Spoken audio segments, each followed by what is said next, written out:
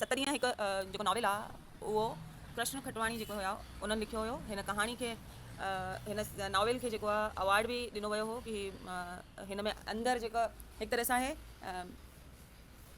पंहिंजे अंदरि जेका हलचल हले थी उनखे इहो लिखण जी कोशिशि कई अथनि।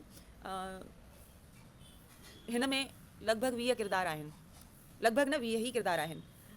हिन कहाणी जॾहिं ही लिखियो वियो आहे कृष्ण खटवाणीअ त उन टाइम ते या अॼु बि हिकु 7 मां 5 ॾींहंनि जो वर्किंग डे अहिड़े तरह सां रहंदो आहे, यानी कि सूमर खां वठी करे जुमे ताईं अहिड़े तरह सां वर्किंग डे रहंदो आहे। छंछरु आर्तवार छुट्टी रहंदी आहे, पर हिन में जेको आहे उन छुट्टी खां वठी करे उहो जेको खयो अथऊं इन में 7 ॾींहं कया अथनि। इन में उल्टो आहे छो त हुननि जी छंछरु आर्तवार छुट्टी हुई त ही छंछरु ॾींहुं निकिता ऐं वापसि जेको आहे जुमे ॾींहुं पहुचनि था। त हिननि जो वर्किंग डे मां निकिरी करे ही 2 ॾींहं जेके छुट्टी जा मिलनि था ऐं उनखे हू यूज़ करण जे लाइ छंछरु खणनि था, छंछरु आर्तवार इहे 2 ॾींहं छुट्टीअ जा बि खणनि था, यानी छुट्टी बिताइण जे लाइ, ऐं उनखे जुमे ताईं यानी हुन हफ़्ते जो यूज़ थी वञे अहिड़े तरह सां हो छुट्टीअ खे प्लान कनि था, पंहिंजे हॉलीडे खे मल्हाइण वञनि था।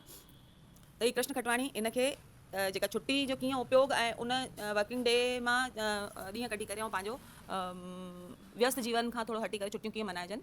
ऐं वरी उते जॾहिं छुट्टी मल्हाइण लाइ मेन किरदार जेके आहिनि सुनीता ऐं डॉक्टर जो नालो छा हुयो, सुनीता ऐं शरद इहे ॿई जॾहिं हुते वञनि था पहाड़ी एरिया में, त हुते वञी करे ऐं हुननि जी लाइफ मां जेको आहे बिज़ी जेके हुया उनखां परे था थी वञनि, हिते सिर्फ़ु हिननि फ्री था थी वञनि ऐं हिननि जे शादी जी सालगिरह 30 सालगिरह हुई, इहो हुते मल्हाइनि था।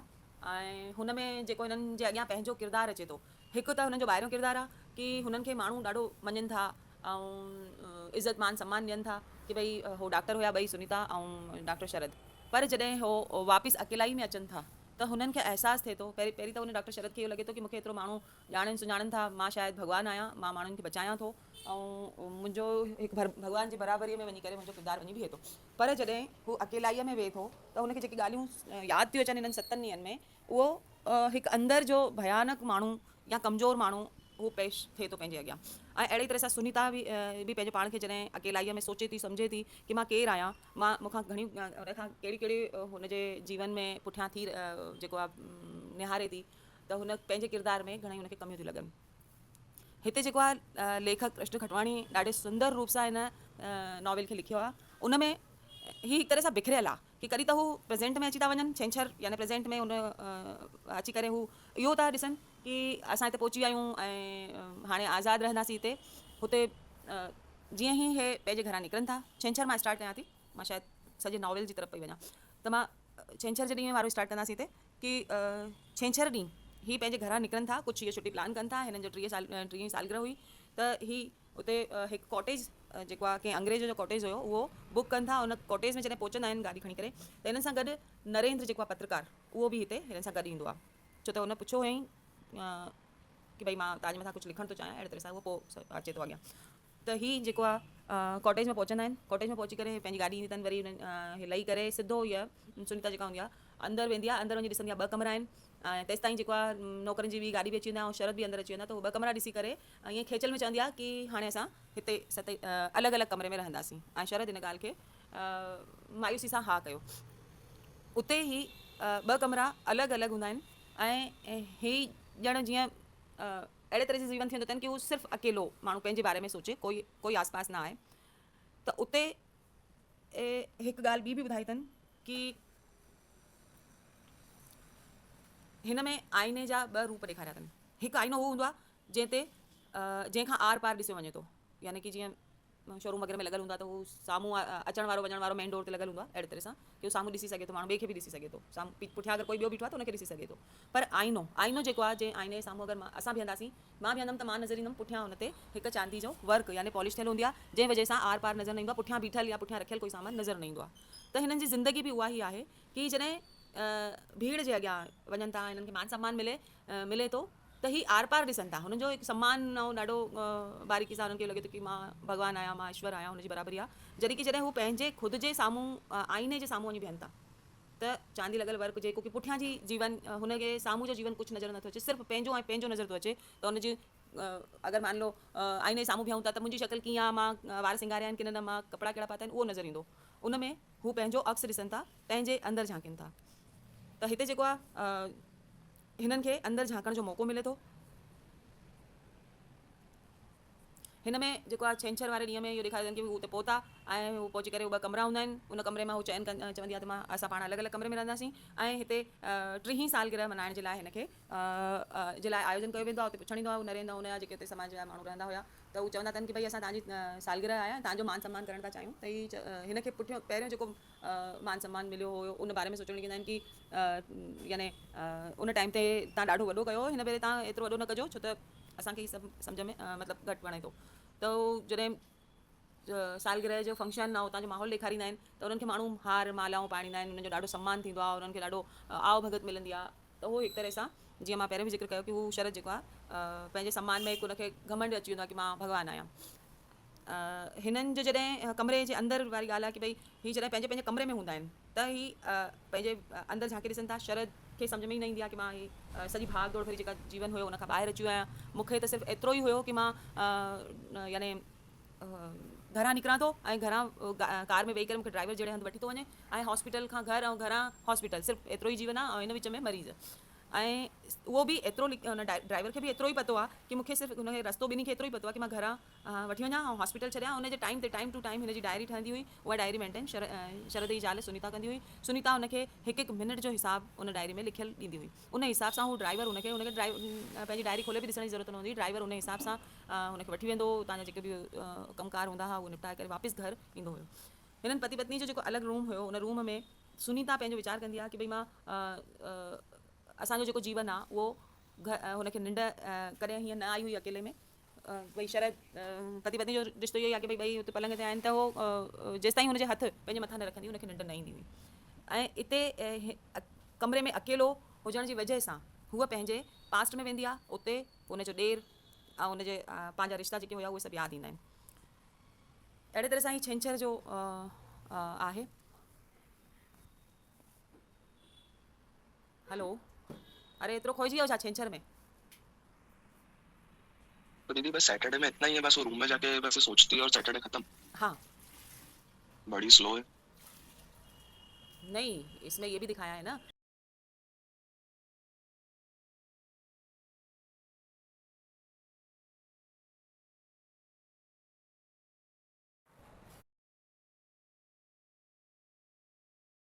वठी वेंदो तव्हांजा जेके बि अलॻि रूम हुयो उन रूम में सुनीता पंहिंजो वीचार कंदी आहे की भई मां असांजो जेको जीवन आहे उहो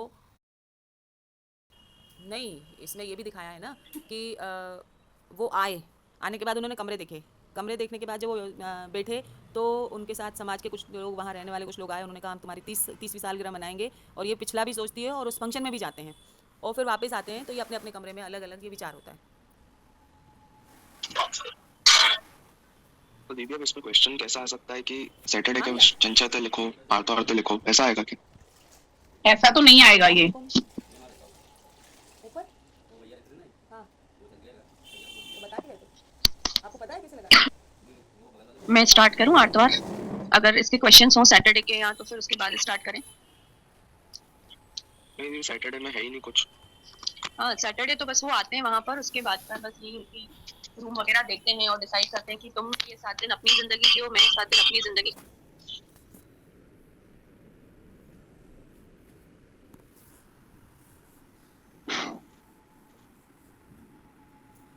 स्टार्ट करूं मैं छंछर सैटरडे? में अहिड़ो कुझु आहे कान, बसि हिते आईने जो जेको ज़िक्र कयो अथनि उन ते कुझु हाँ अची सघे थो कि भई आईने ते अची सके तो क्वेश्चन इन में इहो कि ॾाढो कहिड़ी ज़रूरी क्वेश्चन ठहंदो। कि कहिड़ी तरह सां आईने जो जी मिसाल ॾिनी वई आहे इन नॉवेल में। हाँ, शुरूआत बि हितां ई कई अथनि ऐं आख़िरी वारे ॾींहुं बि हुन आईने जे साम्हूं ई बीह करे ॾेखारियो अथनि। हाँ त आईने जो अची सके तो क्वेश्चन। छो मां त स्टार्ट हीउ कयां? जेको नॉवेल आहे न सॼो हिन आईने ऐं आईने जी लाइन हिन जे अक्स जे मथां ई आहे। अक्स जे मथां अंदरूनी उनजो जेको आहे आत्मा उनजे मथां आहे कि ॿाहिरि इंसान कुझु आहे और हू पंहिंजे अंदरि कॾहिं पंहिंजी व्यस्त ज़िंदगीअ में झांके ई नथो ॾिसे कि असां छा आहियूं। ऐं जॾहिं उहे अकेलो थिए थो ऐं उन अकेलेपन में हू पंहिंजे पाण खे अंदरि ताईं टटोले थो, सम्झे थो कि मां छा आहियां, मां हिकु आम माण्हू बि आहियां। न त हुते शहर में हिननि खे ईअं लॻंदो कि बसि असां कोई ख़ासि पर्सनैलिटी आहियूं वॾी। त जॾहिं ही अलॻि हटके हिन दुनिया में आया त उन्हनि खे महसूसु थियो कि असां हिकु आम माण्हू बि आहियूं।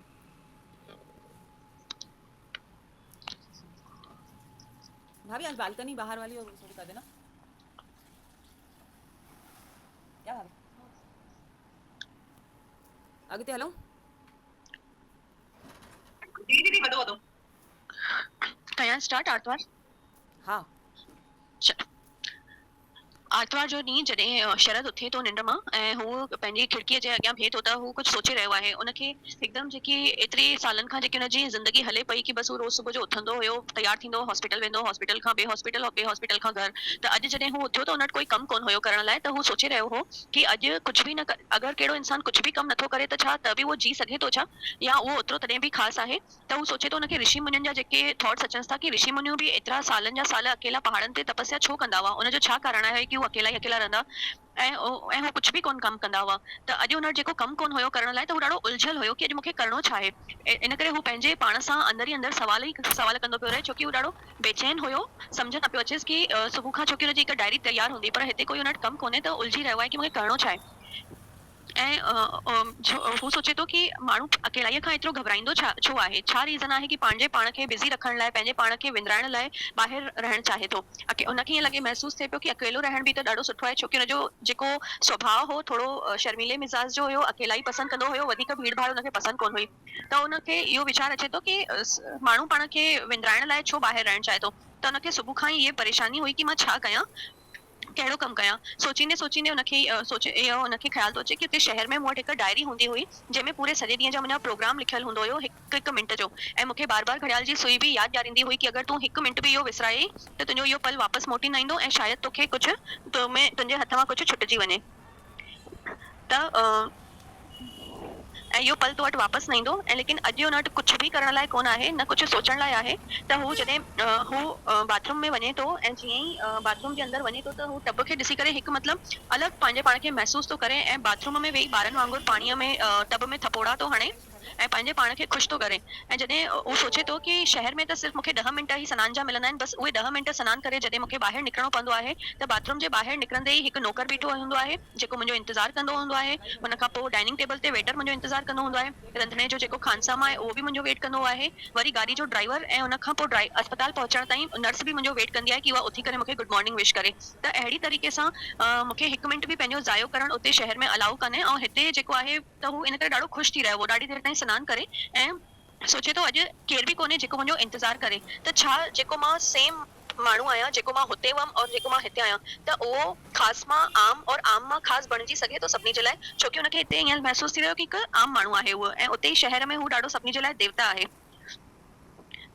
ऐं हुनजे मन में इहो ख़्याल थो अचेसि कि जेको क़ैद थियल इंसानु हूंदो आहे जेको ज़िम्मेदारियुनि में फसियल इंसानु हूंदो आहे उहो ई जेको आहे अहम बणिजी सघे थो मतिलबु उहो ई कोई ख़ासि बणिजी सघे थो और जेको माण्हू आज़ादु आहे उहो हिकु साधारण माण्हू आहे जॾहिं हू पाणीअ में रांदि कंदे कंदे पोइ जॾहिं उथे थो त हुनजे बाथरूम में ॾाढो वॾो आईनो हूंदो आहे ऐं हू जॾहिं पाण खे ॾिसे थो त अचानक सां हुनखे ईअं लॻेसि थो हू पंहिंजे पाण खे ॼण सुञाणे ई नथो सघे छोकी एतिरनि सालनि खां हुन पंहिंजे पाण खे ध्यान सां कोन ॾिठो हुयो त जॾहिं हुन पाण खे ॾिठो त हिकदमि सां हुनखे अचरज थियो कि ही मां ई आहियां पंहिंजे पाण खे सुञाणे न पियो सघे ऐं हुनजे अखियुनि जे मथां हमेशह हिकु चश्मो पातल हूंदो जेको हुन ॾींहुं उहा चश्मो हुनखे न पातल हो सनान जे वक़्तु त हू पंहिंजी अखियुनि में जॾहिं निहारे थो आईने में त हुनखे महसूसु थिए थो कि केतिरो अकेलो इंसानु आहियां मां कोई मुंहिंजे आसपास कान्हे हुनखे पंहिंजी अखियुनि में अकेलाई महसूसु नज़र थिए थी ऐं पूरे पंहिंजे बदन खे ध्यान सां ॾिसे थो ऐं सोचे थो कि कॾहिं पाण खे मां अॼु ताईं सुञातो ई कान्हे शायदि अॼु मां छा आहियां अॼु मां एक्चुअल पंहिंजे पाण खे सुञाणा थो हिन खां पहिरियों मां छा हुअमि मां शायदि पंहिंजे पाण खे कॾहिं सुञातो ई कान्हे ऐं न कोई अहिड़ो वक़्तु या मौक़ो मिलियो आहे मूंखे कि मां पाण खे ॼाणण जी पाण खे सुञाणण जी कोशिशि कयां जॾहिं सनानु वनानु करे हो जॾहिं ॿाहिरि अचे थो हुनजो वेटर जॾहिं अची हुनजे बाग में हुनजे पाणी चांहि रखे थो त जॾहिं हुन मना करे छॾियो पंहिंजे नौकर खे कि अॼु जी चांहि हू पाणी ठाहींदो जॾहिं हू किटलीअ में चांहि विझी करे और खीर विझी जॾहिं शक्कर वग़ैरह विझी जीअं ई हू चमचो घुमाए थो त चमचो जॾहिं कप सां टकराए थो त हिकु आवाज़ थी अचे घंटियुनि जीअं त हिकदमि सां हू डिॼी थो वञे और हुनखे विभा यादि थी अची वञे विभा जेकी हुन सां गॾु नर्सिंग होम में कमु कंदी आहे त हुन छोकी शरद और जेके विभा आहिनि उहे रोज़ शाम जो हुननि जी इहा आदत हुई गॾु चांहि पीअण जी त जॾहिं विभा बि चमच कप सां में घुमाईंदी हुई हुन में त ईअं ई आवाज़ ईंदी घंटियुनि वांगुरु त हिकदमि सां हुन छिड़क भरियो ऐं हुनखे ईअं लॻो कि ॼण हू निंड मां उथी वियो आहे ऐं हू विभा जूं ॻाल्हियूं यादि करणु लॻो ऐं विभा जे बारे में सोचणु लॻो हुनजो ख़्यालु अची वियसि कि उहा हिकु अजीब छोकिरी आहे ऐं पंहिंजे अंदर में अलाए केतिरा सवाल खणी घुमंदी आहे अलाए छा छा पंहिंजे अंदर में खणी घुमंदी आहे जेको कंहिंसां शेयर न कंदी आहे ॿई हिकु ई हंधि ऑपरेशन कंदा हुआ ऐं पहले शरद जे हॉस्पिटल में ऐं तंहिंखां पोइ शरद विभा जे हॉस्पिटल में विभा जो हॉस्पिटल जेको हुयो उहो हुनजे पिता सोमेंद्र जो हुयो, उन्हनि जी डेथ खां पोइ विभा संभालण लॻी हुई ऐं ॿई मिली करे उते गॾु ऑपरेशन कंदा हुया।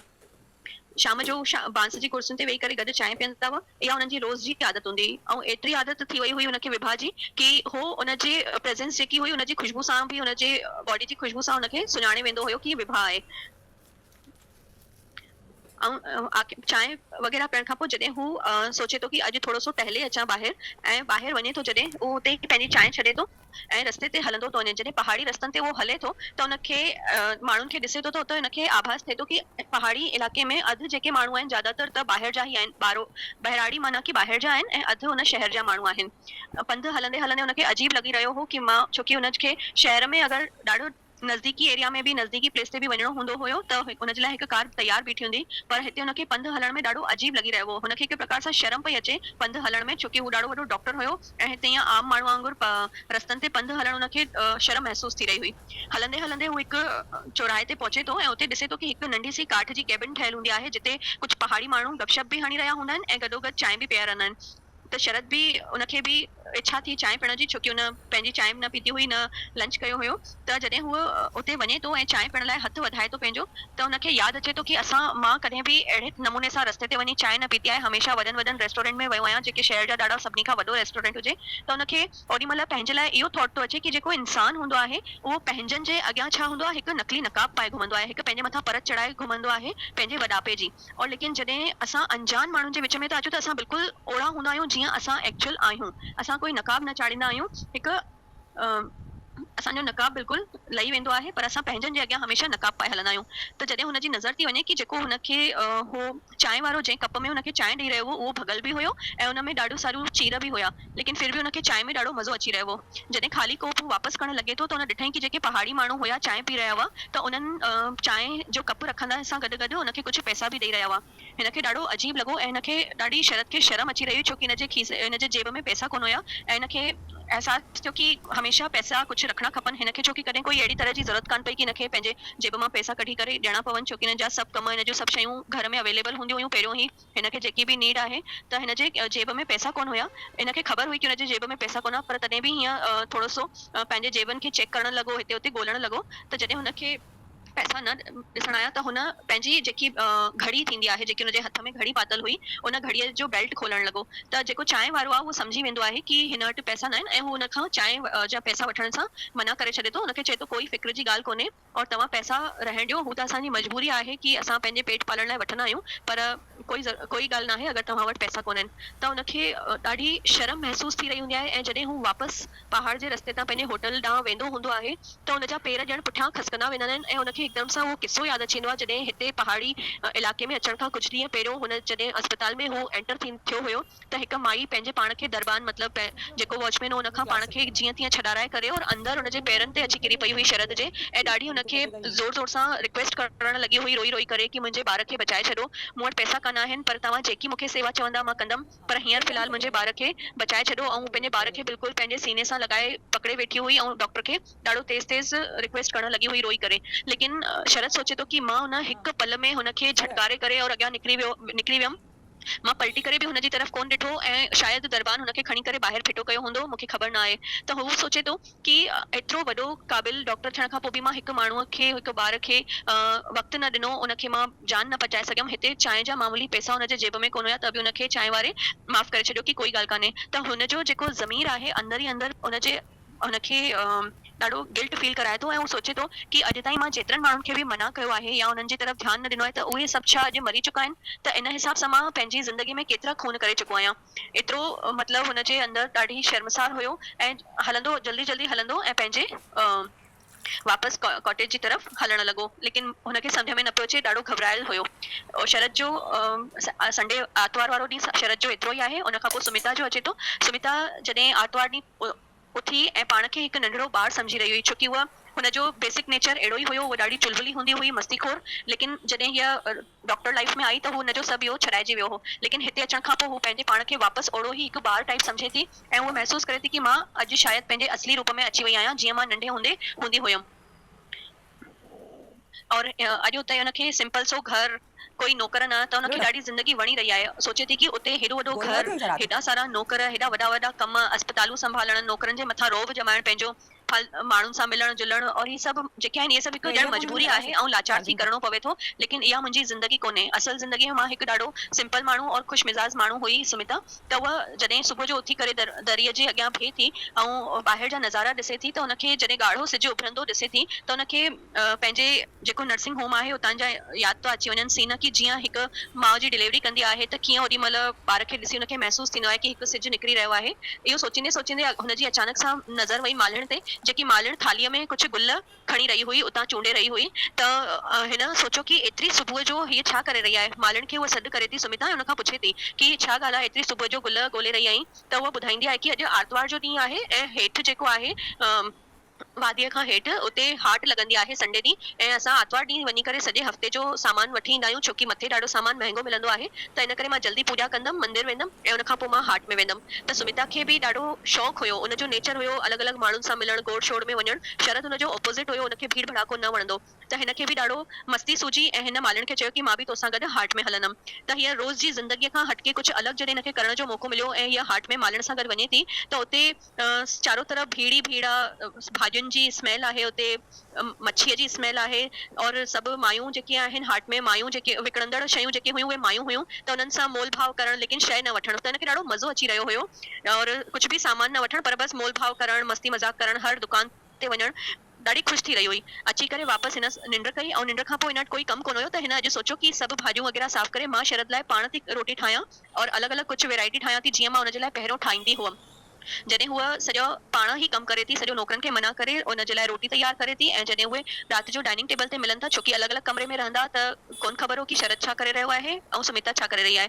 त जॾहिं हुननि जो राति जो डाइनिंग टेबल ते मिलणु थियो, त उनखे शरद खे ॾिसी करे सुमिता खे लॻो कि शायदि ही कुझु परेशान आहे, लेकिन सुमिता जेको अॼु पंहिंजो रूटीन उन जेको ॾींहुं गुज़ारियो हो, उहा एतिरी ख़ुशि हुई कि उन शरद खे बि इग्नोर कयो कि ठीकु आहे। हुनखां हिकु दफ़ो पुछियो कि ही सभु मां तुंहिंजे लाइ ठाहियो आहे ऐं तोखे छा थियो आहे, छो परेशान आहीं, लेकिन हुन कोई जवाब कोन ॾिनो शरद। लेकिन फिर बि इहा पंहिंजी मस्ती में शरद खे इग्नोर करे करे और पंहिंजी सॼी ॻाल्हि ॿुधाई कि मां हाट में वई हुयमि, उते हीअं हीअं हुयो, और बसि उन खां पोइ उहे पंहिंजे पंहिंजे कमरे में हली था वञनि। एतिरो ई आहे आर्तवार जो।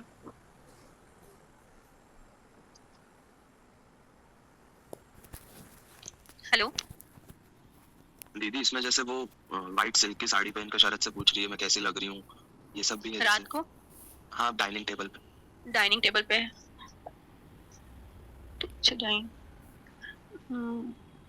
हाँ ये भी है इसमें कि वो कम पूरो करे, वो हाथ मुंह धो के सिल्क की साड़ी पहन के आती है और आईने के सामने खड़े होके पूरा तैयार थी करे ऐं जॾहिं शरद सां मिलंदी आहे ऐं उनखां पुछंदी आहे कि मां तुंहिंजे लाइ ही सभु शयूं ठाहियूं आहिनि ऐं मां तोखे हाँ, और शरद खे इहो बि चवंदी आहे कि हाणे असां पंहिंजी हिननि 7 ॾींहंनि में पंहिंजी ज़िंदगीअ जा सभु नेम टेम जेके बि नियम वग़ैरह आहिनि उहे सभु हिते तोड़े छॾींदासीं। सूमर ते अची करे तोड़े छॾनि था। हाँ, सभु रूल्स रेगुलेशन जेके हुनजी लाइफ जा टाइम टू टाइम हलंदा हुआ, टाइम टेबल सां हलंदा, उहे सभु चवे थी सुमिता कि असां हिते उहे सभु तोड़े छॾंदासीं। पर सूमर में त दीदी हुन मतलब पंहिंजो ॿुधायो अथई कि मुंहिंजी शादी थी, मां हॉस्टल वियमि, पोइ डोरती मिली, पोइ ओलिफिया मिली, ईअं करे। हाँ त पोइ हू यादि तो करे न, अकेलो आहे त यादि कंदो न ॻाल्हियूं। बाबा छोकिरी हुअसि तूं न, बाबा छोकिरी, डोरती अलॻि हुई, ओफेलिया अलॻि हुई, बाबा छोकिरी हुअसि। केरु अलॻि हुई? बाबा छोकिरी हुअसि, हिकु डोरती। त तूं छो थी चिंता करी कि छोकिरियूं घणियूं हुअसि? अरे भाई भाई हो केरु? अॼु बि थींदियूं आहिनि कि न गर्लफ्रेंड इलाही इलाही थींदियूं आहिनि न। मनोज भैया खां पुछ, सिद्धार्थ खां पुछ। अरे वो डॉक्टर था, उसके डॉक्टर का वो प्रोफेशन है भैया। नहीं, यहाँ पर जो किरदार है ना शरद का, उसको ऐसा दिखाया गया है कि मेडिकल लाइफ और वहाँ लोग जो मिलते हैं, जिस तरह से गंगा के जीवन में कोई आया कोई गया, वहाँ नायिका को बताया कि उसके दिमाग की और उसके मन की हलचल। यहाँ शरद के जो किससे मिल रहा है, किसकी तरफ आकर्षित हो रहा है, वो भी इसमें बताया गया है। इस तरह से वो 2-3 महिलाएं उसके जीवन में आई और उनसे सबसे उसके कैसा क्या नेचर, कैसा व्यवहार रहा। जैसे अभी समीक्षा हेकड़ के हुई हुआ हुनजी जेका चांहि जे चमचे सां यादि आहे, विभा जो हिते किरदारु पाण खे छा थो लॻे इहो पढ़ी करे, या समीक्षा जीअं ॿुधायो छा थो लॻे कि हू हुनजे केतिरे नज़दीक हूंदी, छा हूंदी हुनजी शरद जी? ही क्वेश्चन आप मां जॾहिं पुछां हुन थी। सां गॾु हुई हा, लेकिन तॾहिं हुनखे अहसासु कोन हुयो कि एतिरा ये नज़दीक आहिनि, लेकिन जॾहिं वो विभा खां परे अचे थो तॾहिं हुनखे महसूस थिए थो कि वो हुनजी ज़िंदगी में केतिरी ख़ासि अहमियत रखे थी ऐं उनजो पल-पल हुअण वो हा महसूस मतलब करे थो। मां सुमिता इहो जे थी पुछणु हूंदे बि चाहियां कि नज़दीकी सां छा मतिलबु आहे, रिश्तो जेको आहे हिननि ॿिन्हिनि जो छा हूंदो? वो तो दीदी बस उस मौके की जरूरत थी, मतलब उस वक्त वो होना था तो वो हो गया। नहीं, आगे चलेंगे ना तो ये विभा का कैरेक्टर चेंज हो रहा है हाँ, ये काफ़ी है क्लोज़ ना? है, मतलब क्योंकि उस टाइम यहाँ जो पे सीन, हाँ, ये जो है यहाँ डायलॉग से ऐसा लग रहा है कि शायद ये एक दूसरे को पसंद करते होंगे, या अब इसको शरद को एहसास हो रहा है कि भाई मैं विभा के इतना नज़दीक हूँ, उसे मैं पसंद करता हूँ, लेकिन नहीं, आगे जाके ये दूसरा कैरेक्टर है, इसका जो लगाव है ना दूसरी तरीके से है।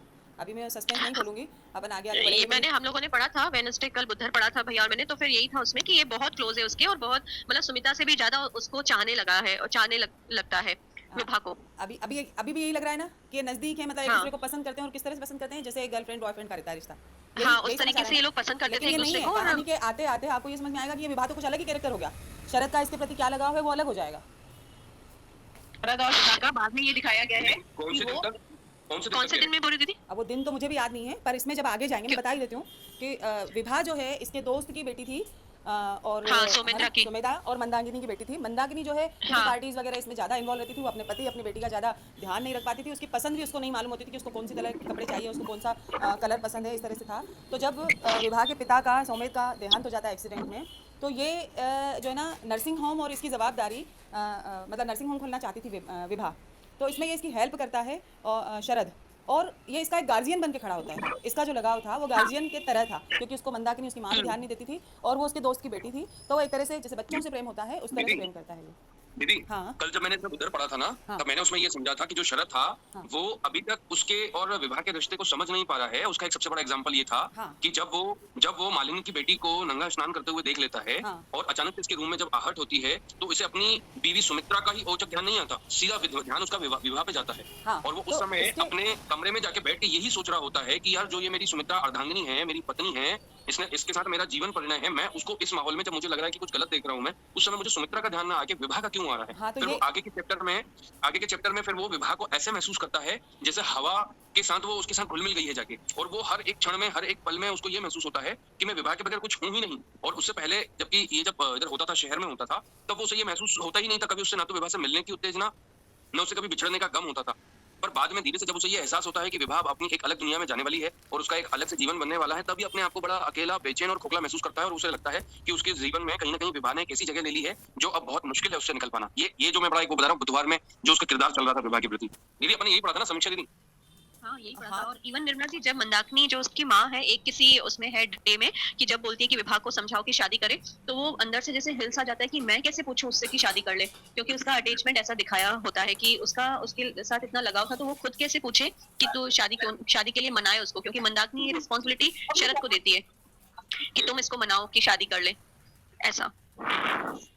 हाँ, पर आगे चल के इसको गार्जियन बताया गया है। गार्जियन पिता की तरह नहीं होता है ना? गार्जियन अलग टाइप का वो चीज़ वो हो जाता है रिश्ता, कि वो उसके बारे में कुछ भी सोच सकता है ना, पर उसको जो एक रिस्पॉन्सिबिलिटी दी गई थी वो एक बच्चों की तरह उसको संभाल के ही रखता था। और ये जो शरद का कैरेक्टर दिखाया गया है, इसके जो भाव हैं वो गंदगी की तरफ ज़्यादा दिखाया है शुरू से। जैसे वो अमेरिका गया था और वहाँ उसको जो जो लड़की वहाँ गर्लफ्रेंड मिलती है, फिर उसको जब पता चलता है कि इसकी तो शादी हो चुकी है तो वो दूर हो जाती है, फिर दूसरी तीसरी, इस तरह से इसका ये कैरेक्टर यही दिखाया है कि वो कहीं ना कहीं जो है नेगेटिव ज़्यादा सोचता है। वो एक स्त्री के प्रति जो उसकी भावना है वो गलत है, तो वो ऐसा ही विवाह में भी महसूस कर रहा है।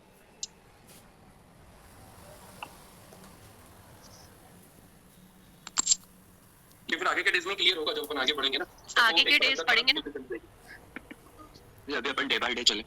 हाँ आगे का फिर कंफ्यूज हो जाएंगे, डे बाय डे चलेंगे तो समझ में आएगी स्टोरी। नहीं नहीं, चलना तो डे बाय डे ही है, बट मैं ये कह रहा हूँ कि विवाह का और शरद का किरदार आगे क्लियर होगा, मतलब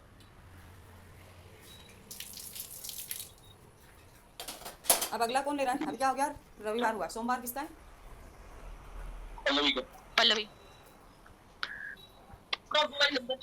एक भाई की घर आई हुई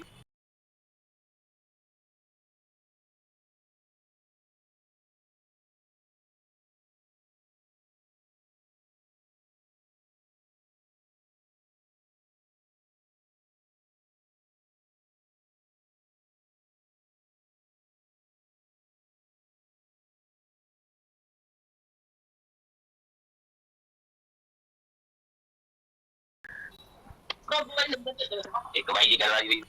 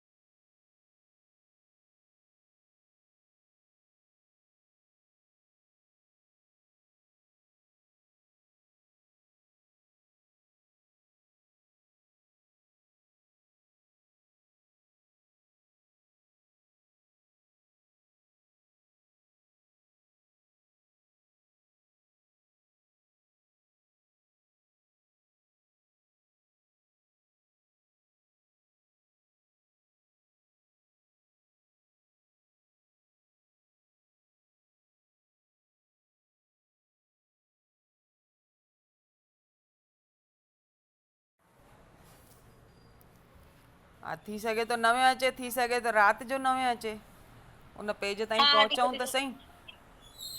पढ़ो पढ़ो।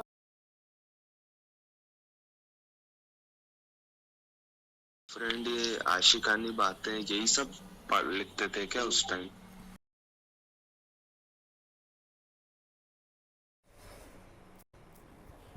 पढ़ो। हा, असांखे जॾहिं गुस्सो ईंदो आहे न त असां इहे फालतू जी ॻाल्हियूं करणु लॻी वेंदा आहियूं, त गुस्सो जंहिं ते अचे थो हुनखे सम्झी वञणु खपे। अरे पढ़ो। चलो चलो पल्लवी जल्दी स्टार्ट करो। शुरू करो मजाक कर रहे भाई शुरू करो पल्लवी कौन सा दिन ले रहे हो, बोलकर स्टार्ट करो। सोमवार। मैं बताऊं सोमवार चालू करो उनका माँ, ठीक है। तो अगर कोई मिस्टेक छोटा में कुछ थोड़ा वर्ड जो अक्षर है ना वो ज़्यादा थोड़ा गलत थी तबियत तो मैं नोट न कयां वरना हुन जो पूरा शब्द में, ठीक है। उहे शब्दनि खे छॾे करे हुनखे सुंदरता सां जोड़े खणी वञ, बसि ॿियो छा। मोहींदड़ करे खणी अचे। सुनीता चवे थी त जीअं असां उतार ते नरेन आयो, नरेन अची करे चयो, नरेन जीअं आयो त ट्रेवल एजेंट खे चयो हीअ बंगलो हिकु औरत जो आहे जो मिलिट्री ऑफिसर सां शादी कई हुई, हुन में चलो चलो पल्लवी जल्दी स्टार्ट करो। शुरू करो मजाक कर रहे भाई शुरू करो तो अगर कोई मिस्टेक छोटा में कुछ थोड़ा वर्ड जो अक्षर है ना वो ज़्यादा थोड़ा गलत थी तबियत तो मैं नोट न कयां वरना हुन जो पूरा शब्द में, ठीक है। उहे शब्दनि खे छॾे करे हुनखे सुंदरता सां जोड़े खणी वञ, बसि ॿियो छा। मोहींदड़ करे खणी अचे। सुनीता चवे थी त जीअं असां उतार ते नरेन आयो, नरेन अची करे चयो, नरेन जीअं आयो त ट्रेवल एजेंट खे चयो हीअ बंगलो हिकु औरत जो आहे जो मिलिट्री ऑफिसर सां शादी कई हुई, हुन में जो मतिलबु जो ये बंगलो आहे हुन में सॼा मतिलबु जो फर्नीचर आहिनि पुराणी क़िस्म जा आहिनि, इहो फर्नीचर हिकु मतिलबु माईअ जो आहे। नरेन हिकु पेपर ऐं पनो कढियो त हुन पने में जीअं ई हुन पने खे खीचे मां कढी करे खोलियो त हुन बचपन जी ॻाल्हि ॾिनी जिन जो हुनजे जीवन ते गहरो असरु हो। पोइ शादीअ खां पोइ हुनखे उन पने खे शादीअ खां पोइ पढ़णु लॻो। शादीअ खां पोइ उहो इंग्लैंड वियो, शादी खां पोइ जीअं ई चयो ॿाहिरि वञण खां पोइ बि उहो ख़त तव्हां ॾिठी हूंदो त तॾहिं पाठ खे ॾेखारे सघंदमि त तव्हां प्यारु केतिरो तव्हांजो ॿिन्हिनि जो प्यारु केतिरो हूंदो पल्लवी आहे। पल्लवी पल्लवी तुंहिंजी आवाज़ गूंजे छो थी, क्लियर नथी अचे। छा स्पीकर आहे ना, छा आहे? सही जगह बैठे हैं। नहीं, स्पीकर शायद आपका वो जो एक माइक और वो स्पीकर दो अलग अलग है ना, स्पीकर शायद आपने ऑन कर दिया है। हाँ अभी सही है ना। हाँ, डॉक्टर जी ज़िंदगी जोड़ण में तव्हांजो वॾो ख़तु आहे। तव्हांजी शादीअ खां पोइ केतिरा समय खां पोइ मां डॉक्टरी कई त जीअं शादी खां पोइ इंग्लैंड वियो और वधीक मतिलबु डिग्री और अॻियां सुठी पढ़ाई करण लाइ डॉक्टर थियण लाइ कहिड़ा शख़्स मतिलबु हू ॿुधाए थी त तव्हांजी ज़िंदगी में कहिड़ा शख़्स आया जंहिं तव्हांखे हिन लाइफ डॉक्टर जी लाइफ लाइ उत्साह ॾिनो ऐं तव्हांजी लाइफ में अहिड़ा माण्हू बि आया जो जंहिंजो असर तव्हांजी ज़िंदगीअ ते थियो आहे। सॉरी यार डिस्टर्ब है, पीछे से बहुत आवाजें आ रही है पल्लवी, मतलब तुम्हारे साथ और भी आवाज आ रही है। हाँ एक मिनट रुको। हाँ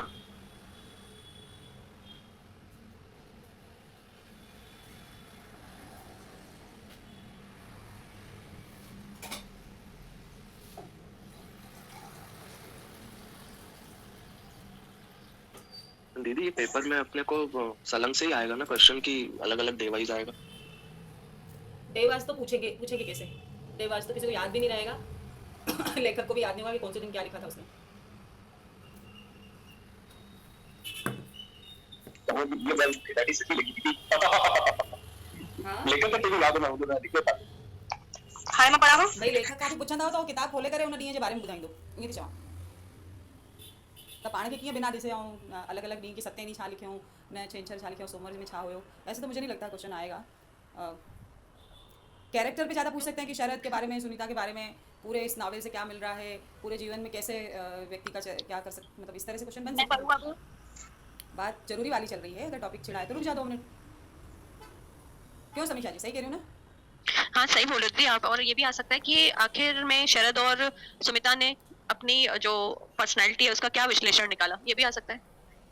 हाँ हाँ यही बाकी अपने डे अंदर- वाइज तो नहीं लग रहा है कि आएगा। कि भाई जैसे डॉक्टर के बारे में कि भाई उसका जीवन कैसा रहता है, एक व्यस्त जीवन रहता है, पर वो कई बार हमने खुद ने भी ये चीज़ें महसूस करी होंगी कि आप हॉस्पिटल में या किसी एक छोटे से डॉक्टर के पास भी जाते तो वो बिना फीस नहीं देखता है। तो उस बारे में उसमें कितना डीप है कि वो एक चाय वाले ने उसको पैसे छोड़ दिए जो कि गरीब है, बिल्कुल ऐसा जिसके पास कुछ नहीं है, वो रोज़ कमाएगा रोज़ खाएगा, लेकिन डॉक्टर के पास तो बहुत कुछ होता है फिर भी वो कुछ नहीं छोड़ता है। हॉस्पिटल में तो बहुत कुछ होता है लेकिन वो फिर भी कुछ नहीं छोड़ते हैं, 1-1 रुपया वसूल करते हैं वो। ये सब दिखाने की कोशिश करी है इसमें। और दीदी इसके साथ में मेरी अर्ज ये रहती है, इसके साथ में एक मानवी का जो सुनता है उसके साथ जो क्वेश्चन हुआ है वो भी बहुत एक पेचीदा और एक बहुत बड़ा मानवीय वाला है, क्योंकि वो मानवी को समझाने की कोशिश करती है, ये समझ के मतलब ये कोशिश करती है कि बस बाहरी व्यक्ति को समझा दोगी तो बड़ा प्राउड फील करती है, वो सोसाइटी की तरफ से व्यक्ति के ऊपर करके वो मुझे ये देखने की कितनी शादी कर सकते हैं। तो वो ये अपने आने वाले बच्चों के साथ भी बता रही है, उनके साथ में साल के लिए है और ये जो दोनों के लिए है तो जो सारा एजुकेशन वगैरह रखनी चाहिए ये तो समय में वो मानवी है उसको पता नहीं होती है कि जो सारे मेरे ये संबंध है ये जिस्मानी हद तक ही सीमित है, मतलब अगर हमारे मेरा को बड़ी किसी का आगे रखती है तो वो करने के लिए मतलब वो वहां से मुझे ये और आज मुझे बताने की कोशिश कर रही है एक तरह से तो मेरे समाज में उसको करती है 2 माइक चालू है ना तो इको हो रहा है। 2 माइक चालू है तो इको हो रहा है। मनोज जी आवाज सही नहीं आ रही। अभी आ रही है क्या? हाँ अब आ रही है। हाँ अभी जैसे मैं आपको से ले जाता हूँ कि वो सुनता जो है वो मानवी को समझने की कोशिश करती है कि पूरा पति पत्नी का बंधन हो चुका है, परिवार समाज मैटर के ऊपर जो चक्कर में आए तभी वो शादी कर गई। तो हम ये विधायक से कही होगी कि भाई माता पिता लेकिन मैं पेरेंट्स है वो उनके जैसा प्यार है बचपन से उनके वहाँ शादी करनी है और मुझे मैटर में जाकर ऊंच नीच गई वो इस तरह की चक्कर में बेटे बंदे के अंदर की चाहता है उनको तो दुनिया से एम के अंदर डाल के फरमाया कि वो नहीं करे वहाँ देखा उनके एक्सेप्ट करे तो सवाल की सगंता पड़ा तो पानी तेरी मुझे तेरी की वैल्यू अच्छी तरह की फरमाई का वो सके हकीकत की वैल्यू को समझने में तो वो सही रहा आएगा गलत रहा।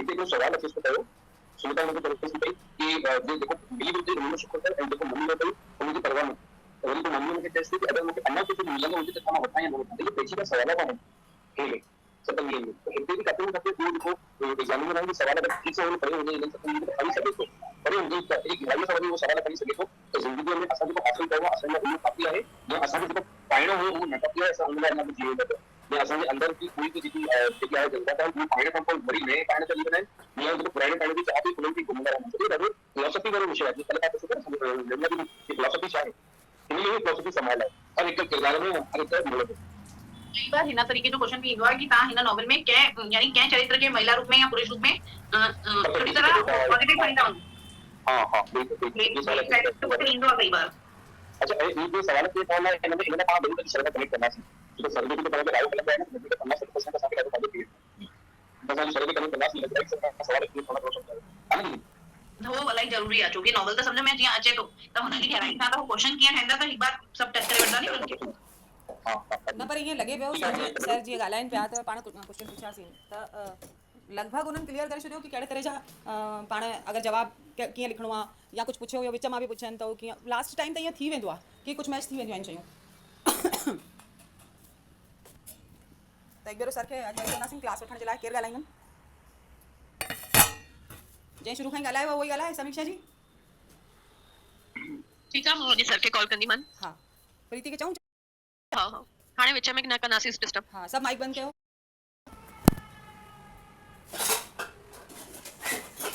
संजय स्टार्ट करो। मैडम प्रीति जी गाड़ी भैया दिया अब आगे कैसे बढ़े? पल्लवी कोई उसको प्राइवेट कॉल कर लो। हाँ दीदी स्टार्ट करो ना सुमन।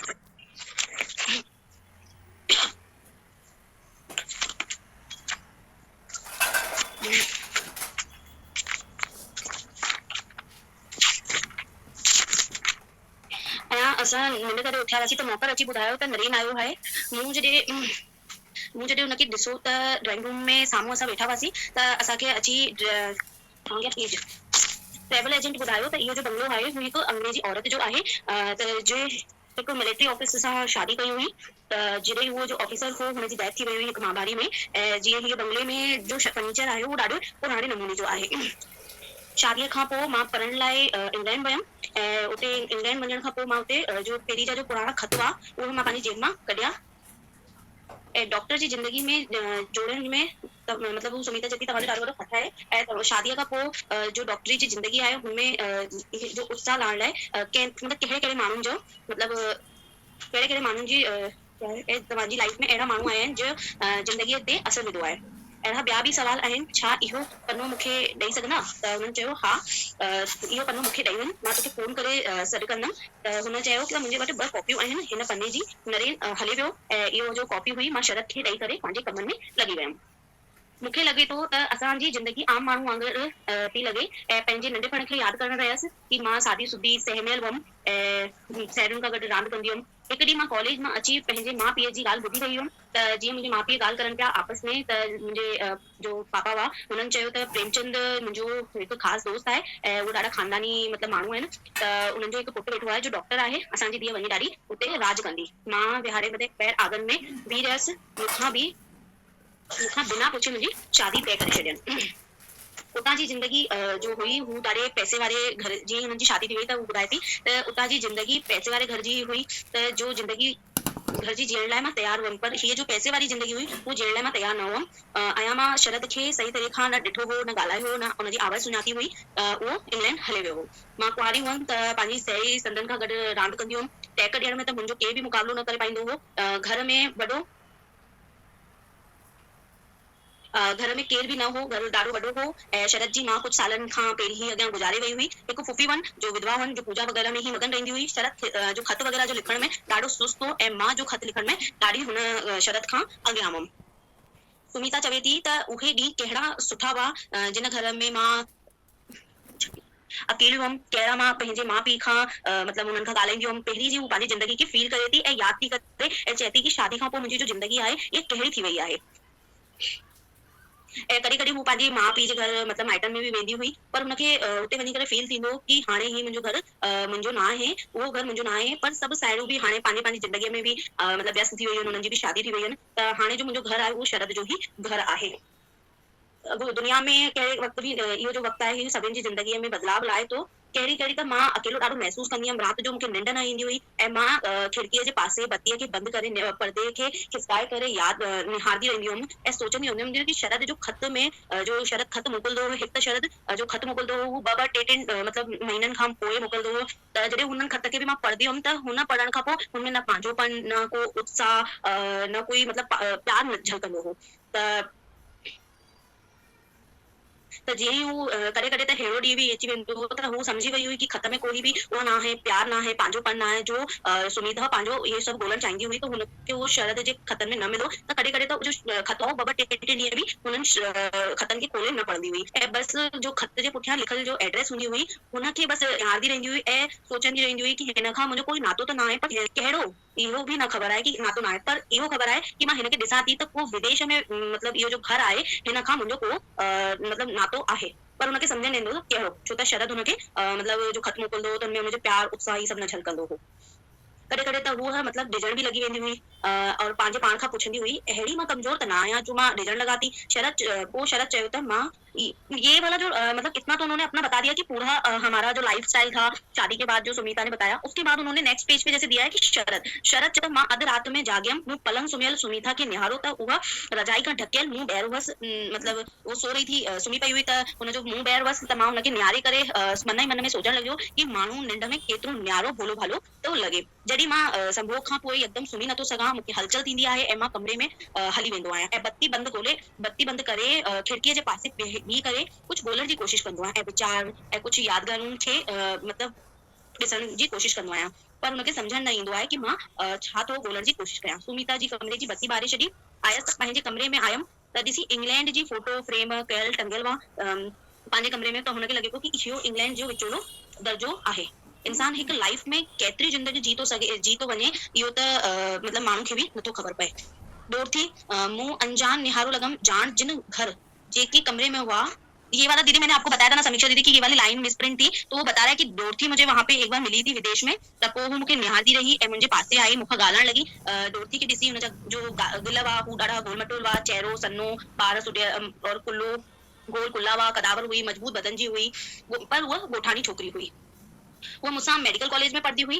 मेडिकल कॉलेज में पढ़ण खां पोइ असांजी ॻाल्हियूं थींदियूं हुयूं। असांजो जॾहिं क्लास न थींदो हो त असां ॾाकण ते वेही करे इंडियन मतिलबु हू डोरथी जो हुते जी हुई इंग्लैंड जी, त हू हिंदुस्तान जी ॻाल्हियूं मतिलबु जा हुनजा क्वेश्चन कंदी हुई कि हुते हीअं कीअं थींदो, त असां ॻाल्हियूं कंदा हुआसीं। डोरथी ॾाढो घटि ॻाल्हाईंदी हुई ऐं उहा ॿुधंदी रहंदी हुई ऐं मूं ते निहारती रहंदी हुई। हुनजी अखियूं जो हुयूं नीरे रंग जी हुयूं। हिकु ॾींहुं वेठा हुआसीं त मां ख़त पंहिंजे खीसे मां कॾहिं पढ़े लॻमि त डोरथी अची वई, त मां हुन ख़त खे पंहिंजे खीसे में रखियो। त डोरथी मूंखां पुछे थी त इहे कंहिंजो ख़त आहे, त शरद चयो इहे सुमिता जो आहे। त उहो पुछे थी कि सुमिता केरु आहे, त हू ॿुधाए थो कि सुमिता मुंहिंजी ज़ाल आहे।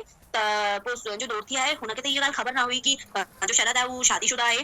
त पोइ डोरथी हुनखे कुझु नथी चए ऐं हुनखे एतिरो चए थी कि शरद भाई मुंहिंजे मथे में सूर थिए थो, मूंखे घर वञिणो आहे, त हू घर हली थी वञे। उनखे सुठो बि नथो लॻे, उहा उथां हली करे उथां उथी करे घर थी हली वञे। डोरथी जी अखियुनि त ॾाढो कुझु चयो। शरद हुनखां वरी ॿिए ॾींहुं जॾहिं आई तॾहिं हू वेठा त डोरथी कुझु न चए पई, चुप चुप सहमियल हुई। त डोरथी जी जो अखियूं हुयूं ॾाढो कुझु चइनि पियूं। त पोइ थोरी देरि खां पोइ तॾहिं बि डोरथी शरद खां पुछियईं कि तूं शादी कयल आहीं, तूं मूंखां हीअ ॻाल्हि छो छुपाई। त शरद ॿुधाए थो मां कॉलेज अकेलो बाग में घुमंदो रहंदो हुअमि। असांजे जीवन में सच जी जॻह इहो हिकु लेक्चर हिकु न्यूज़ पेपर में आयो हो, त हुन जो असांजे मतिलबु हिकु फिलासफर जो लेक्चर हो जो नोटिस अख़बार में आयो हो, त मां इहो लेक्चर ॿुधण वियो हुअसि। त हुते जो सिटियूं हुयूं त हुनमें इहो हो असांजे जीवन में सच जी जॻह, त जंहिंजी जो लाइनूं आहिनि अॼु बि मूंखे ॿ टे यादि आहिनि। इंसान समाज करे जोड़ियो वियो आहे, पर हुनजे जो अंदर जी भावना आहे हुनखे केरु सम्झण लाइ पंहिंजो माण्हू खपे। त हुन ॿुधाई त जीअं मां इंडिया में हुअमि त मुंहिंजे जो पीउ मुंहिंजी शादी फिक्स करे छॾी, पर हुननि चयो त इंग्लैंड वञण खां पहिरीं तुंहिंजी शादी असां कराईंदासीं, विदेश वञण खां पहिरीं। पर मां वधीक हुते रहियमि न, और जीअं ई मुंहिंजी शादी थी त मां इंग्लैंड अची वियमि। डोरथी खां गॾु ॾाढा ॾींहं मां निकारिया। सुमिता जो हुजण खां पोइ बि डोरथी खे सभु ॿुधायो कि कीअं मुंहिंजी शादी थी ऐं हुननि उहो एग्ज़ाम्पल बि ॾियो कि जो मुंहिंजो पीउ हो हुनजी जो ॻाल्हि हुई उहो मां कटे न सघंदो हुअमि। त पीउ जो मूं में ॾाढो विश्वास हो। हिन चक्कर में मां हुननि जे स्वभाव जी रक्षा करण लाइ मां इन्हनि खे इनकार न करे पायमि। त हुननि पंहिंजी मतिलबु डोरथी खे ॿुधायो कि जीअं राम भॻवान बि वनवास वरितो हो हिकु वचन लाइ, त हीअं ई मां बि हुननि जी ही जो ॻाल्हि हुई शादी वारी पूरी स्वीकार करे शादी करण खां पोइ ई मां इंग्लैंड आयमि। जो ऑफेलिया हुई ऑफेलिया तूं मूंखे यादि कयो त छा अॼुकल्ह किथे आई, तोखे ॿार आहिनि, तूं शादी कई थी शरद।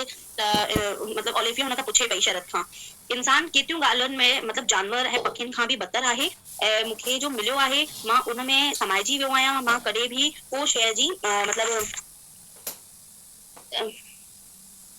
जो मिलियो आहे हुन में ई मां ख़ुशि रहण जी कोशिशि कंदो आहियां। हाँ भैया जीअं डोरथी हुई ईअं ओलिफिया हुई, पर हुन जो लिखल आहे मां उहो ई पढ़ां पई। मां ख़ुदि कंफ्यूज़ थी वई कि ओलिफिया आहे केरु। जीअं तव्हां चओ त मां हुन पीडीएफ में पूरो ॿुधायां त शायदि निकिरी अचे।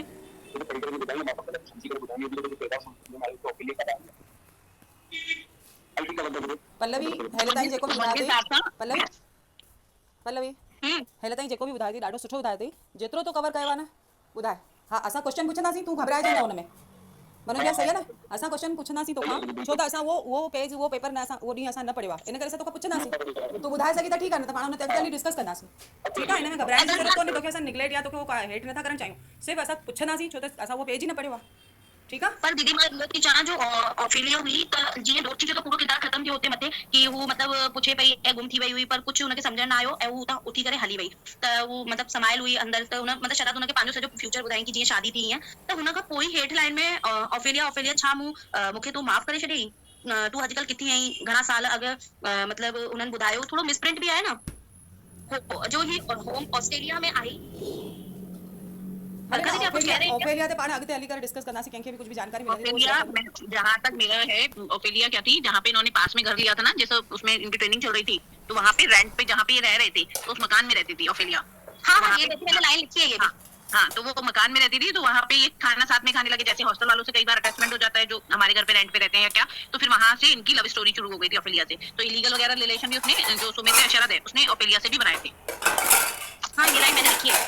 हाँ, ये कैरेक्टर उसका यहीं तक है, क्योंकि वो ओफेलिया को जो पता बाद में पता लगता है, पहले उसकी ओफेलिया की जो माँ है वो पूछती है कि वहाँ पे तुम्हारे इंडिया में तो शादी बचपन में ही तय हो जाती है, तो वो कहता है कि नहीं बचपन में पहले हुआ करती थी, शरद बोलता है अब नहीं होती है, तो वो उसको लगता है कि हाँ ऐसा हो सकता है, लेकिन वो छिपा जाता है कि मेरी शादी पहले उससे यानी कि सुमिता से हो चुकी है। तो फिर वो ओफेलिया और इनका अफेयर रहता है काफी टाइम तक, फिर जब बाद में एक बार पता लग जाता है कि इसकी ये पहले ही मैरिड है, फिर वहीं ओफेलिया इसको छोड़ के हट जाती है। तो ऑफिलिया जो इतने किताब से हेतु ही है दीदी मां भी यूं ही शय लिखी है। हाँ, यही है, यही। हॉस्टल में मिलदा आहिनि और उन जो कमरो आहे मतलब जो शरद जो हो वो ॾाढो परे हो, तो ऑफिलिया जी हॉस्टल में अची करे हू रहंदो आहे, बंदोबस्त कयो हो ऐं विचोले दरसगे में जीअं हू रहंदा हुआ त उहो ऑफिलिया टियों नंबर ते हो, गॾी खाई बरखा दी? वई ये ॻाल्हि। बरखा जी जी तो इंग्लैंड में डोरथी और ओफेलिया दोनों के साथ इसका रिलेशन था। हाँ, दोनों के साथ था। डोरथी शायद वही है कि डोरथी इनकी क्लासमेट होगी, ठीक है। हाँ, और हाँ। ओफेलिया क्लासमेट नहीं थी, ओफेलिया कहती रेंट पे जहाँ ये रहते थे वहाँ पे वो रहती थी। अच्छा अच्छा।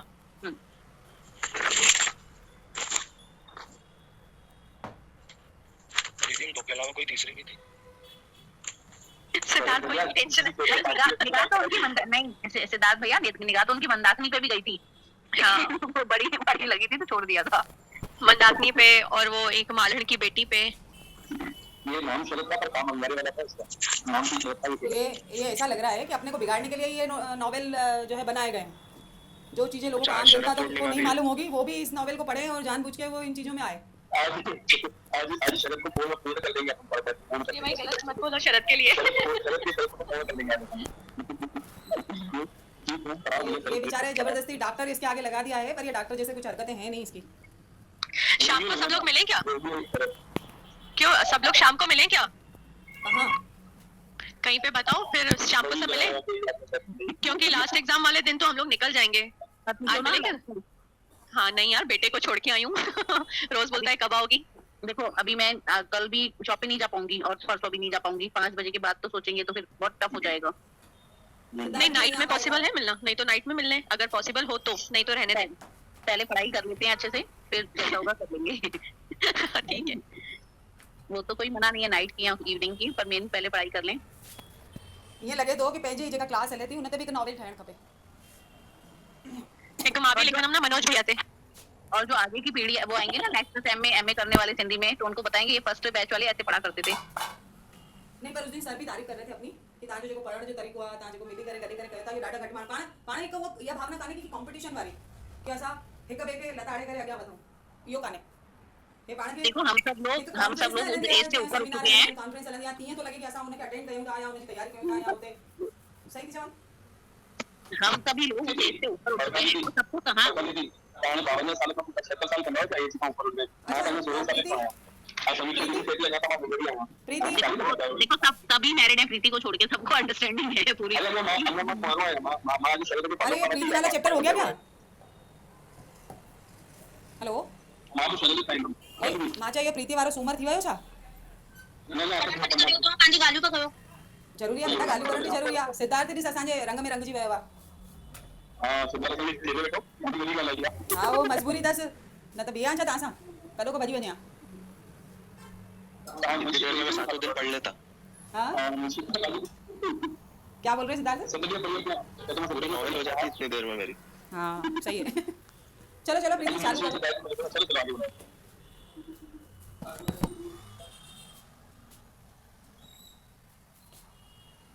प्रीति, चालू करो। अरे आपकी बातें खत्म हो गई तो करूँ ना? आप चालू करो, हो गया खत्म। हाँ बस थोड़ा ही टुकड़ा ही बचा उसके बाद बातें करना। त शरद चए तो जो ऑफिलिया है मुंहिंजी ज़िंदगीअ में ईअं आई जीअं त मुंहिंजे मतलब मूंखे अंदरि सुकून थी ॾिए ऐं जीवन में ओचितो मतलब कोई बहार अची वई आहे। सभु साओ साओ थो नज़र अचे ऐं मतलब ईअं लॻे थो कि मां उॾण लॻो आहियां हवा में, वायुमंडल जीअं ताज़ो मतलब भरियल आहे ऐं चपे चपे ते मतलब मुंहिंजी जो ख़ुशी आहे उहो फुटण फरण ऐं फुटण लॻी आहे। ऑफिलिया जो मुंहिंजे लाइ आहे हू हिकु गुल बणिजी रही आहे। हुनजो जीअं हू मूंखां मिले थी त हुनजो हिकु हिकु अंग जो आहे उहो तड़फण लॻे थो ऐं जो हुनजी अखियूं आहिनि हू मूंखे निहारदियूं रहंदियूं आहिनि ऐं हाँ समीक्षा दीदी जो मुंहिंजो तन बदन ऐं जो मतिलबु जो मुंहिंजी बाहूं आहिनि ऐं उनखे मतिलबु हुनखे समेटी थियूं छॾनि। जीअं ई ऑफिलिया मुंहिंजे पासे अचे थी असां हिक ॿिए खां ॻाल्हायूं था ऐं मिलूं था त असांखे हिक ॿिए खां मतिलबु प्यार थो थी वञे। ऐं खाधे जी मेज ते जीअं ई असां मतिलबु पहुचूं था त जीअं ऑफिलिया आहे मुंहिंजी टंगुनि जे मथां टंग रखे थी ऐं हथ में मुंहिंजे जो हथ में मतिलबु खाधे जी मतिलबु ॾींदी आहिनि ऐं मूंखे खाराईंदी आहे। घर जी मतिलबु जो ॻाल्हियूं आहिनि उहे सभु कंदी आहे मूंखां ऐं मुंहिंजे घर में अची करे रहंदी आहे।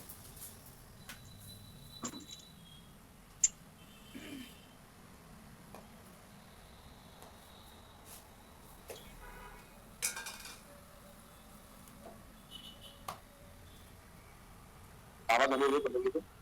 अरे भैया कुछ मिसप्रिंट है तो उसको समझने की कोशिश करूँ। मैंने लिखा है पर प्रॉपर वो सेंटेंस क्लियर नहीं हो रहा इसलिए मतलब ऑफेलिया खां हू मिलंदो आहे त हुनखे ॾाढो प्यार ईंदो अथसि। पोइ जीअं ई ऑफेलिया हुनखे जो उहो फ्रॉक वग़ैरह पाईंदी हुई त हुनखां जीअं हुनजी छाती नज़र ईंदी हुअसि त हू हुनखे शरद ॾिसी करे ॾाढो अट्रैक्ट थींदो हो ऐं जीअं ई हुनजी जो फ्रॉक हुई हू मथे उथंदी हुई नंढा नंढा मतिलबु हू टैक ॾींदी हुई। छा हुआ मम्मी नंढा नंढा टैक ॾींदी हुई ऐं जो हुनजी आवाज़ हुई हू हुनखे शरद खे ॾाढी मतिलबु सुठी लॻंदी हुई सुञाणंदो। शरद हुनखे ॾिसी करे ॾाढो आकर्षित थींदो। हिकु ॾींहुं हू घुमण विया जंड जी राजीअ चांडोकीअ ते हिक ॿिए खे हुननि पकड़े वरितो ऐं हू प्यार करण लॻा आपस में मिली विया। मिलण खां पोइ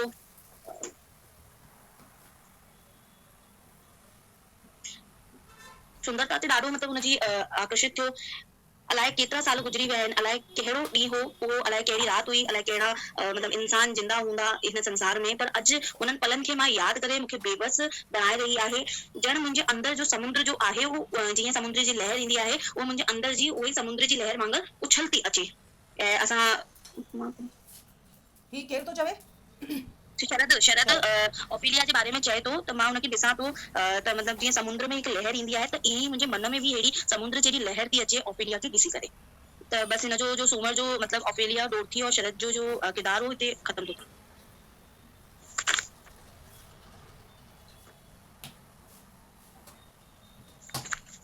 खत्म हो गया। बहुत बढ़िया प्रीति बहुत ये मैं तो बहुत पेपर अच्छा में आप अगर बहुत क्वेश्चन मेहनत करिए आता ऐसा है लग रहा है। हाँ क्या बोल रहे हो? आपने इस सोमवार को पढ़ने में बहुत मेहनत की है और उस मेहनत से बताया भी है आपने पूरा। और हम उम्मीद कर रहे थे कि ये पढ़ने की बजाय समझाए तो ज्यादा अच्छे से चीजें जाए क्लियर होकर। बट ठीक है बस मेहनत करनी चाहिए बहुत है। हाँ तो जैसे मतलब उसमें बताया है सुमिता जो मतलब थी उसने मतलब अपने जो नरेन है उसके बारे में किरदार बताया। मतलब जैसे मेरी शादी हुई मतलब देखा जाए तो वो एक दूसरे को प्रिपेयर नहीं थे वो शादी के लिए। दोनों की शादी को सडनली कर दिया गया था। जैसे कि जो सुमिता थी उनके भी पेरेंट्स जो थे मम्मी पापा वो कॉलेज से आई थी तो उसे तो कोई भाव ही नहीं था कि मेरी शादी होने वाली है या मेरी शादी की बातें चल रही हैं। ऐसा तो उसको कुछ भी नहीं पता था पर उसकी शादी मतलब मम्मी पापा ने कहा कि हम हमें पहले के लोग जैसे शादी जल्दी कर देते थे तो उन दोनों की शादी कर दी। और ऐसे ही सेम जो शरद था शरद को भी ये पता नहीं था कि मेरी शादी हो जाएगी। वो तो जैसे पढ़ रहा था और आगे पढ़ने की उसमें मतलब जो उसके मतलब घर में बात हुई थी तो वैसे पढ़ने की बात थी। पर जैसे जैसे उसको बाद में पता चला कि मेरी शादी मेरे पापा करा रहे हैं और बोला कि विदेश तभी भेजेंगे। पर जो शरद को मतलब जो प्यार था जो एक मतलब अपनापन चाहता था वो उसको शायद सुमिता के संग एक तो रहा भी नहीं था तो मिल नहीं पाया तो इसलिए उसने शायद अपनी वहाँ पे 2-3 गर्लफ्रेंड्स बना ली। इसमें ये सिखलाई मिलती है कि पहले के लोग सही सोचते थे कि छोटी उम्र में शादी हो जाए। ठीक है गलत था ना दूर लेकिन भेज थी। हाँ नहीं वो चाह रहे थे कि दूर भेज दे रहे हैं पहले शादी करा देते हैं तो वो अपनी जिससे शादी हुई है उससे अटैच रहेगा। लेकिन यहाँ तो सब उल्टा पुल्टा कर दिया उसने। दीदी पता है आपको मैं जब आप लोग मुझे निर्मला दीदी और समीक्षा दीदी पढ़ा रही थी तो जिया ही बाहर बैठे थे और सब लोग आज छुट्टी है तो सो रहे थे तो जिया ही मेरी पूरी स्टोरी सुन रहे थे तो कह रहे ये कौन सी स्टोरी है कि पहले वो ऐसे मिला फिर ये शरद भाई सही ना हो। भाई था चओ भाई चाहिए तो जेके भी किरदार ॾेखारनि था सभई उल्टा आहिनि। कहिड़ो कहिड़ो अरे किरदार एक बात बताओ एक बात बताओ लिटरेचर में हम अपना जेकड़ो नरेंद्र जेको रिपोर्टर आहे उनजो वधीक हिते कोई सम्मान कान्हे को पर उहो ई सही आहे बाकी सब गलत आहिनि। नहीं मेरे को एक बात बताइए जैसे हम इतनी लिटरेचर पढ़ के टाइम वेस्ट कर रहे हैं बिगड़ने के लिए तो और क्या कवि कालिदास की कविताएं पढ़ के देखो दिमाग खराब हो जाएगा। दीदी बिगड़ने के लिए नहीं है अपनी लाइफ को संभाल कर चलने के लिए है कि हम इस चीज को अलग तरीके से लें। सिक्के के दो पहलू हैं। आपको कौन सा उसमें से अच्छा लग रहा है। यहाँ हम सब एक जैसे हैं है ना सभी को बुरी लग रही है ये चीज़ पर हो सकता है कि कोई आने वाली क्लास या पीछे वाली क्लास वो इसमें इंटरेस्ट लेके मजे लेके भी इस नॉवेल को पढ़ते होंगे। यहाँ जो हाँ, ये हो सकता है हम सब बूढ़ी अवस्था वाले पढ़ रहे हैं। नहीं, हर उम्र के हैं। यहाँ मेरी एज यदि बहुत आगे है तो अंजू सबसे छोटी है, पर अंजू की पहचान शरद को फॉलो करूंगा मैं, मुझे अच्छा मालूम है तुमको क्या काम है, मुझे तो अच्छा बोला ना सर। यहाँ जैसे अपन सभी उम्र के हैं, जरूरी नहीं है कि टीन एज वाले हैं या बहुत ज़्यादा उम्र वाले हैं। यहाँ अपन हर उम्र के हैं, पर फिर भी विचार एक जैसे हैं कि हमें वो चीज़ खराब लग रही है। पर हो सकता है कि कोई ऐसी भी क्लास रही हो या कोई एक क्लास में 2 या 3 बच्चे ऐसे रहे हो कि जो इस नॉवल को बहुत अच्छे से इंटरेस्ट लेके हर चीज़ को एक एक शब्द को चबा चबा के पढ़ते हो। अरे निर्मला दीदी, जैसे अभी आपने छेंछर पढ़ा, समीक्षा दीदी ने आत्मर पढ़ा और मैंने सोमर पढ़ा, तो इन तीनों के जैसे मैंने सोमर पढ़ा तो उसमें उसने बताया है कि मेरी शादी जल्दी हो गई थी और हम इंग्लैंड चले गए, वहाँ पे मैंने अपना मतलब प्यार खोजना चाहा ऐसे ऐसे। तो ऐसे छेंछर में और संडे का जो सार है वो भी एक बार और बता दो ना। ये कंप्लीट हो जान दो, फिर करेंगे ना। इसी को कैसे रिपीट करेंगे? ठीक है ठीक है। हाँ, ये दिमाग में रखो। और इसीलिए तो अपन बात उसी टॉपिक पे कर रहे हैं कि कौन सा किरदार क्या कर रहा है, ताकि जरूरी नहीं है कि हम शरद के नेगेटिव और पॉजिटिव पॉइंट को उठाकर बात करें। हम बात इसलिए कर रहे हैं कि वो हमारे दिमाग में घुस जाए और लिखते समय अगर कोई ऐसा क्वेश्चन शरद पे इन पे आया नॉवल से रिलेटेड तो हम आराम से लिख पाएँ। आगे बृहस्पति वगैरह मैं ही पढ़ लूंगी, ठीक है? क्या बोल रहे हो? आगे बृहस्पति वगैरह जो है ना वो मैं पढ़ लूंगी। हाँ ठीक है, चलो थोड़ी देर ब्रेक लेके फिर करें आगे का। कौन करेगा अब अगला? मेरा है मेरा। चलो आप 10 मिनट में खत्म करोगे, मालूम है, फटाफट कर लो। हाँ, चलिए 10 मिनट में बता दीजिए और मेरा भी 10 मिनट में हो जाएगा, मैंने बहुत अच्छे से वेट किया हुआ है तो बहुत अच्छे से खत्म कर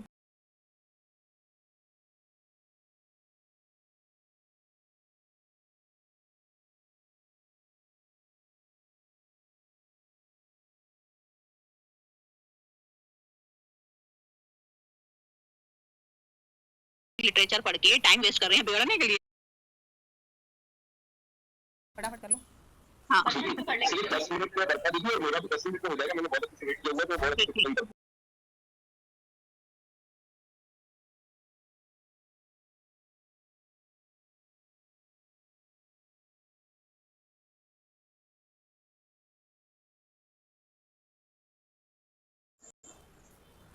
चलिए स्टार्ट करें आगे।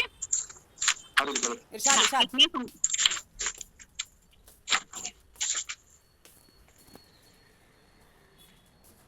करूं? बोला ना इरशाद। अच्छा। बरखा जी क्या कंफ्यूजन है? इरशाद मतलब शुरू करो। हाँ यार, मेरे को मुसलमान नहीं जहाँ लगे। पना शुरू किया जाए, जहाँ पना शुरू किया जाए। चलो ठीक ना, सिंधी वाला ही चाचला मुसलमान में भाषा हूँ। हाँ, ये चलो ठीक मुसलमानी है। भाषा छा सुमित, कर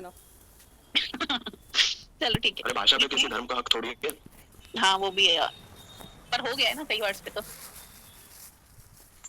चलो छोड़ो उसको, जातिवाद। अभी हम मुद्दे पे आते हैं। सुमिता, इसमें बताया गया है कि सुमिता के मन में बहुत ज्यादा अल्लाह ही खालीपन हो, वो हर टाइम पाना के समझदी रही कि मां सब कुछ करे, सब हर इंसान के मन में एक विशालता हुंदी आ, हुन विशालता में गहराई हुंदी है या हर कोई पाना के कुछ यानी अलग समझदो आ। तो हुन के मन में ख्याल पे अचन कि जिया नरेन हुन को पूछे पियो कि मुखे मजबूर कयो आए त मां मोमबत्ती बारे पंहिंजे अंदर में गोला, यानी नरेन जॾहिं हुननि जे पर्सनल लाइफ में सवाल पियो करे कि तव्हांजो छा छा कैरेक्टर रहियो, केरु तव्हांजी ज़िंदगी में आयो या कहिड़ो अहिड़ो मोड़ आयो जंहिंजे करे तव्हां हिन ज़िंदगी में अॻिते वधी पायो। त हुनखे लॻे पियो कि मुंहिंजे मन में त अगरि ॾिसो वञे त खंडर ही खंडर आहिनि या कोई भी अहिड़ी शइ न आहे कि जो साबित हुजे, क्योंकि हुते हो हिकु हिकु करे ॿुधाए थी हिते कि सभिनि खां पहले हुनजी जॾहिं शादी खां पोइ जॾहिं हो पंहिंजे घर में रहंदी हुई, हुनजो घोट हली वियो हुयो, शरद हली वियो, त हुन खां पोइ हुन ज़िंदगी में जॾहिं अकेले रहंदी हुई त हुन टाइम बि हुन पंहिंजे अकेलेपन खाईंदो हुयो। हुन खां पोइ सोमेंद्र दा आया, सोमेंद्र दा जो कैरेक्टर हिकु शुरू थियो सोमेंद्र दा हिकु इंसान अहिड़ो इंसान हुयो जो विरले टाइप हुया, वो ईअं लॻंदा हुया साधारण सा व्यक्ति, लेकिन हुननि जे ॻाल्हाइण जो तरीक़ो, हुननि जो अपनोपन सभिनि खे इलाही भाईंदो हुया, वो सभिनि खां प्रेम प्यार सां ॻाल्हाईंदा हुया। सुमिता सां इलाही अटैच हुया, त जॾहिं बि ईंदा हुया त हो हुन सां मिली करे वेंदा हुया, हिकु वॾे भाउ जी तरीक़े सां वञी सघंदा आहियूं या पीजी तरीक़े सां वञी सघंदा आहियूं। हिते ॿुधाइनि था कि हिकु बार सुमेंद्र दा मुंहिंजे घर आया त हुननि खे इलाही बुख लॻी हुई, त हुननि चयो कि मां रस्ते में वञा पियो त लॻो कि हिते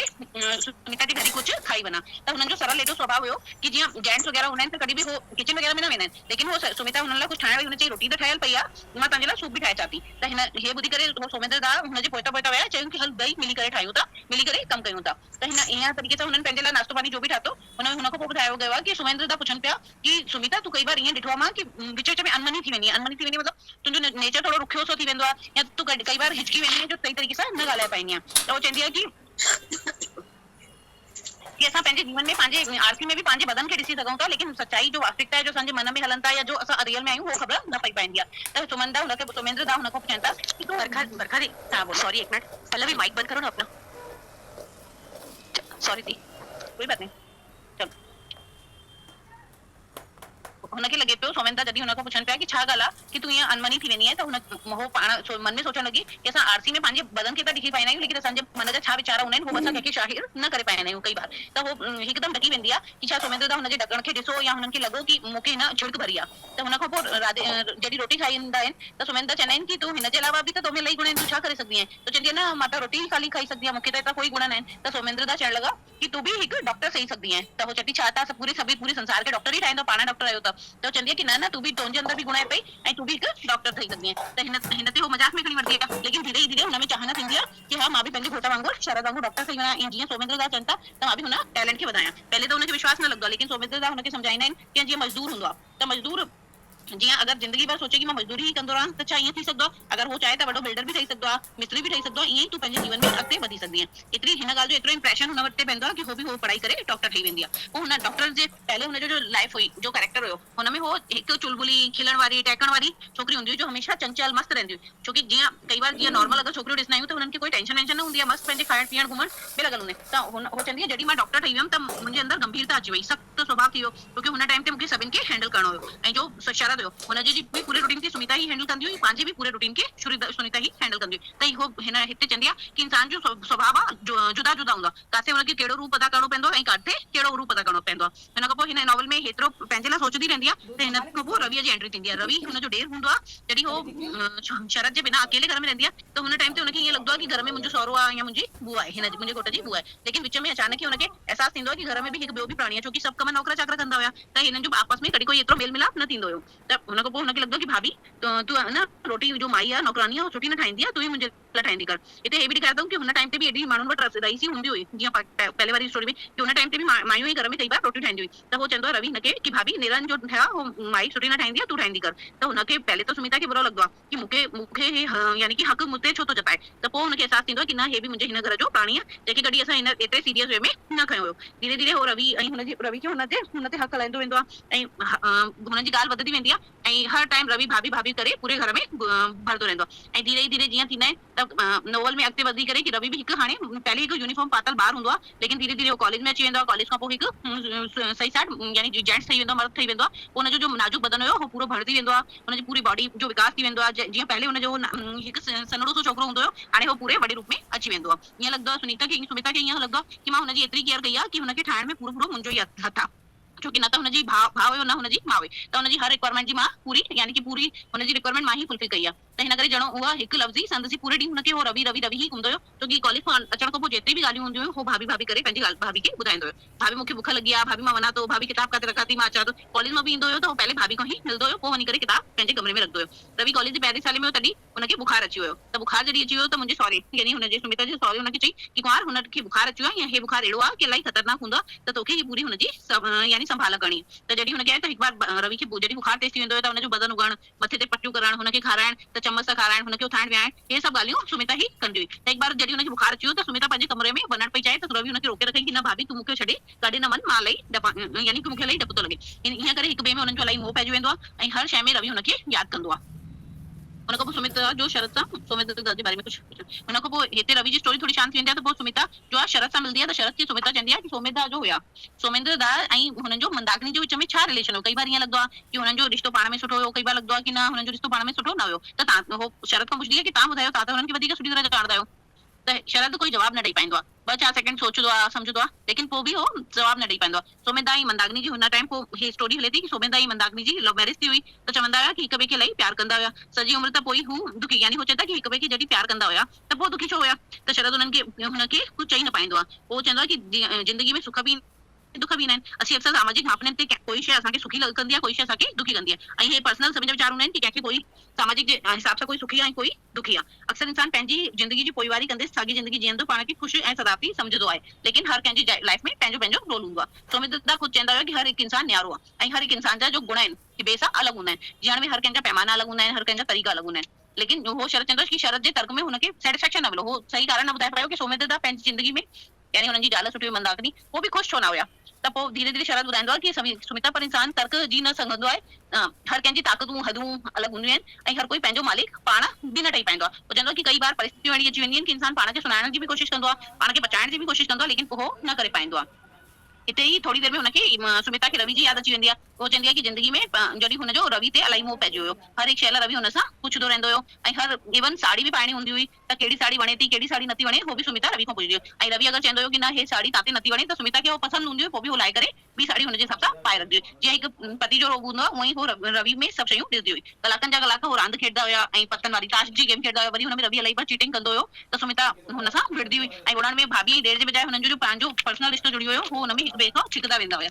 इन भाभी जे लफ़्ज़ में हुनखे पूरे ॾींहं राति रवि गूंजंदो रहंदो हुयो ऐं अगरि हो घर स्कूल तां या कॉलेज तां जेसिताईं न ईंदो हुयो त सुमिता खे कुझु बि वणंदो न हुयो। पोइ हर टाइम हुनजे कननि में कोई आवाज़ घुमंदी रहंदी हुई। तॾहिं हिकु बार इंजीनियरिंग कॉलेज जे आख़िरी साल में जॾहिं रवि हुयो त हुनजे सुमिता जे सहुरे सुमिता खे ॿुधाए चई कि कल्ह रवि लाइ कपिड़ा पैक करे रख, छोकी तो पंहिंजे मामा सां गॾु छोकिरी ॾिसण थो वञे। त सुमिता हिकदमि वाइड़ी थी वई कि हे छा थी वियो। त हुन चई कि हिननि जी जो हो हुई यानी जो हिन जा सावरे वारा आहिनि हो मिलिट्री में ठेका संभालदा आहिनि, त हिन जी शादी इलाही पहले ई पक करे रखी हुई। हे त रविअ जे करे असां छोकिरे ॾिसण जी फॉर्मेलिटी कयूं था।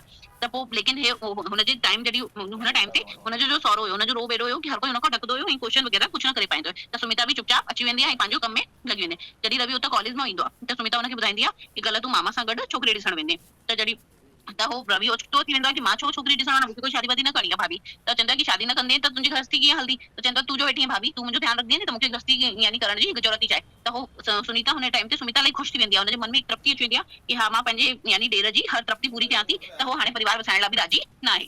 लेकिन जॾहिं हो पंहिंजे त हो चवंदो आहे कि न मूंखे शादी न करणी आहे, त हो पोइ चवंदी आहे कि तूं वञी करे यानी पंहिंजे पीउ खे चओ। त चवंदो आहे न न बाबा खे केरु चवंदो, एतिरी हिम्मत न आहे। त हिन करे चुपचाप सां हो पंहिंजे मामा सां गॾु छोकिरी ॾिसी वञण लाइ हली वेंदो। ॿ टे ॾींहं पोइ जॾहिं हो मोटंदो आहे छोकिरी ॾिसी करे त हुन टाइम हो चवंदी आहे कि तोखे कीअं वणी छोकिरी, त चलो ठीकु हुई। त हो वधीक हुन सां सुमिता सां न ॻाल्हाईंदा। सुमिता खे हो ॻाल्हि अजीब लॻंदी आहे कि जो पूरे ॾींहुं मूंखां भाभी भाभी कंदो हुयो ऐं अॼु मूंखे सही तरीक़े सां जवाब बि नथो ॾे। त पोइ चवंदी आहे कि मूंखे फोटो त ॾेखारे, लेकिन सुमित हुनखे रवि हुनखे फोटो बि न ॾेखारींदो आहे ऐं लिकाए रखंदो आहे। त थोरे हुन टाइम हिकु ॿ ॾींहं पोइ ॾिसंदी आहे कि रवि पंहिंजे हुन में जेब में हुनजो फोटो खणी थो घुमे। त हो चवंदी आहे कि तूं मूंखे पंहिंजी हुनजो फोटो त ॾेखारे। चई कि ज़रूरी आहे छा मां पंहिंजे मंगेतर जो फोटो रखां थो त गुनाह आहे। मां उहो पोइ बि हुनखे न ॾेखारींदो आहे। ईअं तरीक़े सां हुनजो हे पूरो ॾींहुं ख़तमु थी वेंदो आहे। हाणे शरद जी सुबुह जो जॾहिं मां जाॻियसि त सिजो इन में शरद जो आहे जॾहिं हो सुबुह सुबुह जो जाॻंदो आहे त हो रोशनी हूंदी आहे त हुनजो हुन टाइम इलाही थकल लॻंदो आहे, हुनखे मज़ो न ईंदो आहे हुन ॾींहुं। त निंड में जीअं बार बार हुनखे ओफेलिया जा ख़्याल ईंदा आहिनि, त जाॻण खां पहिरीं बि हुनखे ओफेलिया जी यादि ईंदी आहे। त हो सोचणु लॻंदो आहे कि इंसान केतिरो नीच आहे, यानी कि पंहिंजी इच्छाऊं पूरी करण लाइ हुन ओफेलिया खे ॿुधाई बि न कि मां हिकु शादीशुदा आहियां। त इंसान केतिरो बि नीच आहे हुनखे पाण ते अफ़सोस बि थींदो आहे ऐं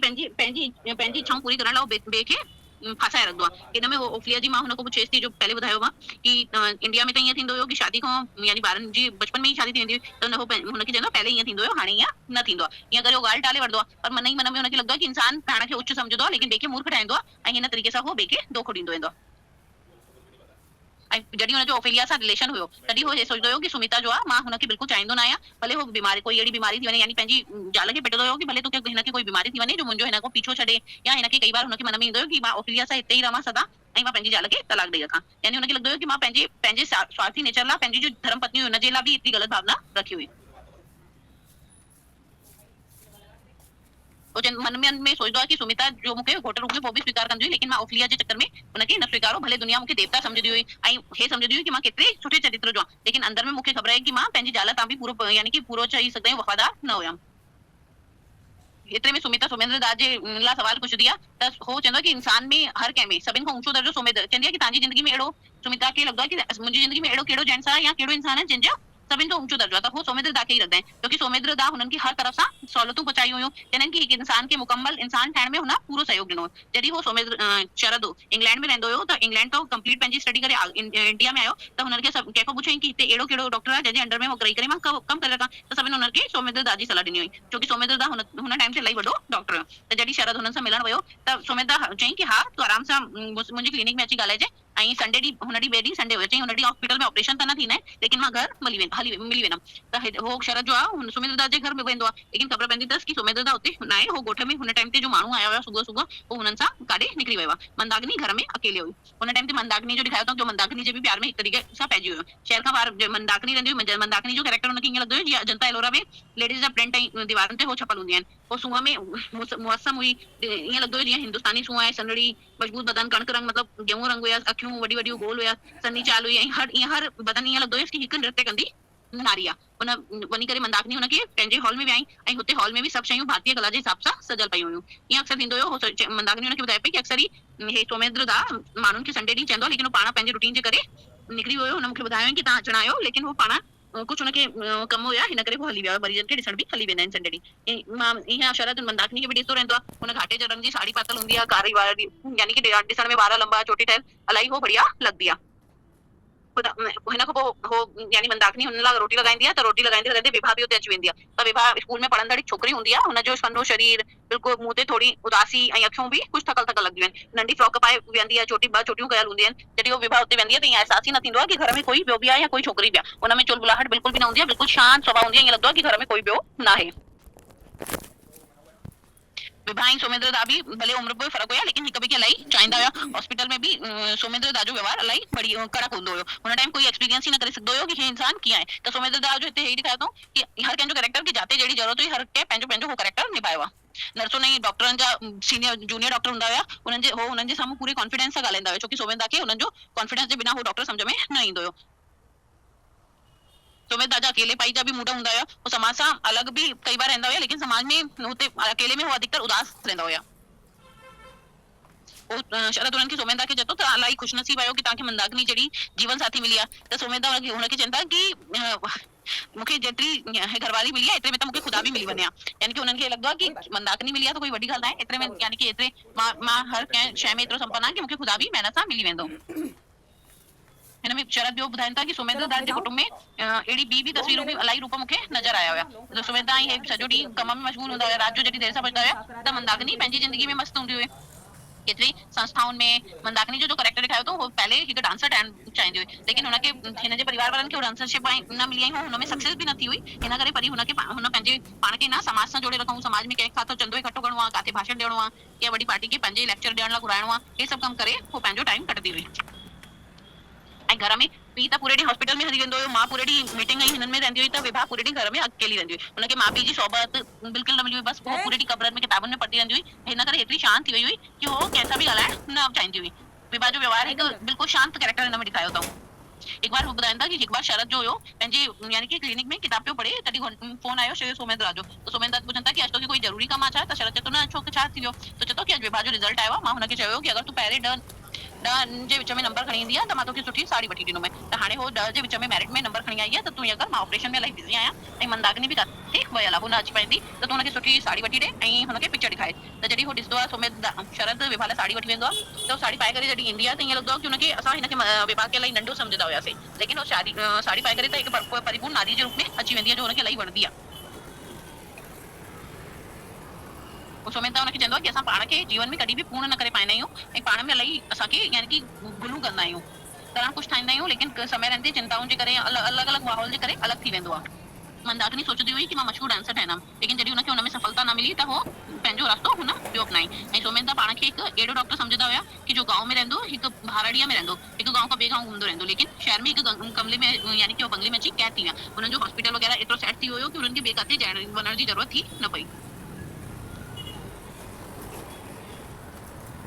जॾहिं सोमेंद्र गांव में ॻोठियुनि में कमु न करे पाया त हुननि जे मन में हिकु सुपिनो आयो कि मां हिकु अहिड़ी जॻह हॉस्पिटल खोलां जिते कि मां हाणे हुते बि प्रैक्टिस कंदो रहां त हुननि हिकु मॉडर्न हॉस्पिटल नर्सिंग होम खोलण जी सोची हुई त हिकु हुननि वॾो प्लॉट वरितो ऐं हुते नक्शो वक्शो ठाराए करे कमु कराइण शुरू करे रखियो ऐं हुन हॉस्पिटल जो सामान वग़ैरह वठण लाइ हो अमेरिका विया हुया ऐं हुते अमेरिका विया ऐं सामान वग़ैरह ख़रीदऊं त हुते ख़बर पई कि जॾहिं अञा हो हुते ई हुया दक्षिण अफ्रीका में हुया त हुननि जे मंदाकिनी जो फोन आयो शरद क्लास जो कि सोमेंद्र दा गुज़ारे विया आहिनि त हुनखे ॿुधी त इलाही अचे थो हैरान थी विया हुया त पोइ ख़बर पई कि हुननि जो हुते जॾहिं कैक्टस जा पेड़ वठण पिया वञनि त पहाड़ियुनि खां किरी पई ऐं हुते गुज़ारे विया त हुन टाइम ते बि मंदाकिनी खे यानी सुमिता ऐं विभा खे हिन पाण में मिली संभालो हुयो डॉक्टर जी हैसियत में मूं सभई मीत ॾिठा हुया लेकिन जो सोमेंद्र दास जे अंदरि खूबियूं हुयूं वो हिकु अलॻि ई हुयूं सोमेंद्र जो अमेरिका में जॾहिं हो गुज़ारे विया हुन खां पोइ जो हुननि अमेरिका में मशीन वग़ैरह जो ऑर्डर ॾिनो हुयो जो कैक्टस जा वणनि जो ऑर्डर ॾिनो हुयो उहो सभु पाण ई हिकु जीप में गॾिजी अची विया हुया ऐं हुननि जे धीरे धीरे हुननि विभा ऐं शरद मिली करे हुन हॉस्पिटल जी शुरूआत कई हुई नर्सिंग होम जी ऐं कई बार विभा खे पंहिंजे पिताजी यादि ईंदी हुई ऐं हो मुंहुं छुपाए करे उते ई यानी रोईंदी रहंदी हुई ऐं सोमेंद्र शरद जे साम्हूं बि रोईंदी रहंदी हुई कि मुंहिंजे जो पिता जो सुपिनो हुयो हॉस्पिटल जो पूरो न करे पाया ऐं ॿई हुनजे गम में यानी सोमेंद्र जे गम में खोई वेंदा हुआ छोकी हुन ॿिन्हिनि सां सोमेंद्र हॉस्पिटल जे करे इलाही वधीक अटैच हुआ हिते धीरे कई बार विभा हुननि जो हथ बि पकड़े वठंदी हुई ऐं यानी कि हुनखे एतिरो यानी सम्झण हूंदी हुई या हो पंहिंजे वॾे भाउ जे रूप में या कंहिं रूप में शरद खे इलाही चाहींदी हुई बसि एतिरो ई आहे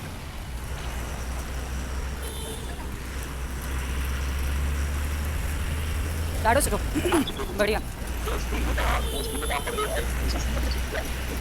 सिद्धार्थ कुछ क्वेश्चन बने क्या? दीदी आप समझ आ रहा है इतनी कॉपी कैसे भर लेते हो? इस पे अब एक पिक्चर बनेगी जिसमें जो है डायरेक्टर और वो सब अपन करेंगे ना डायरेक्शन, उसका पात्र में तो ये मनोज और ये सब में आएंगे, अंजू।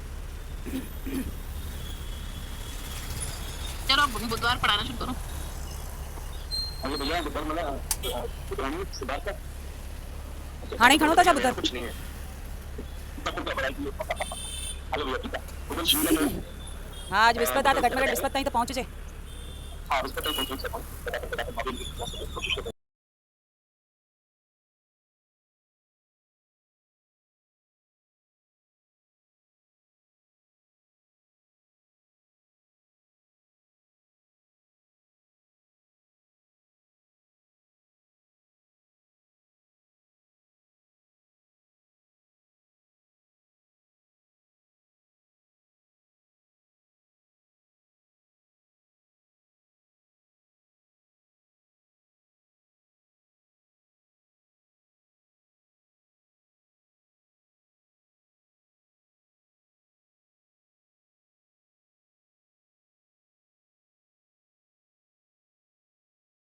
वो नहीं हुए। ये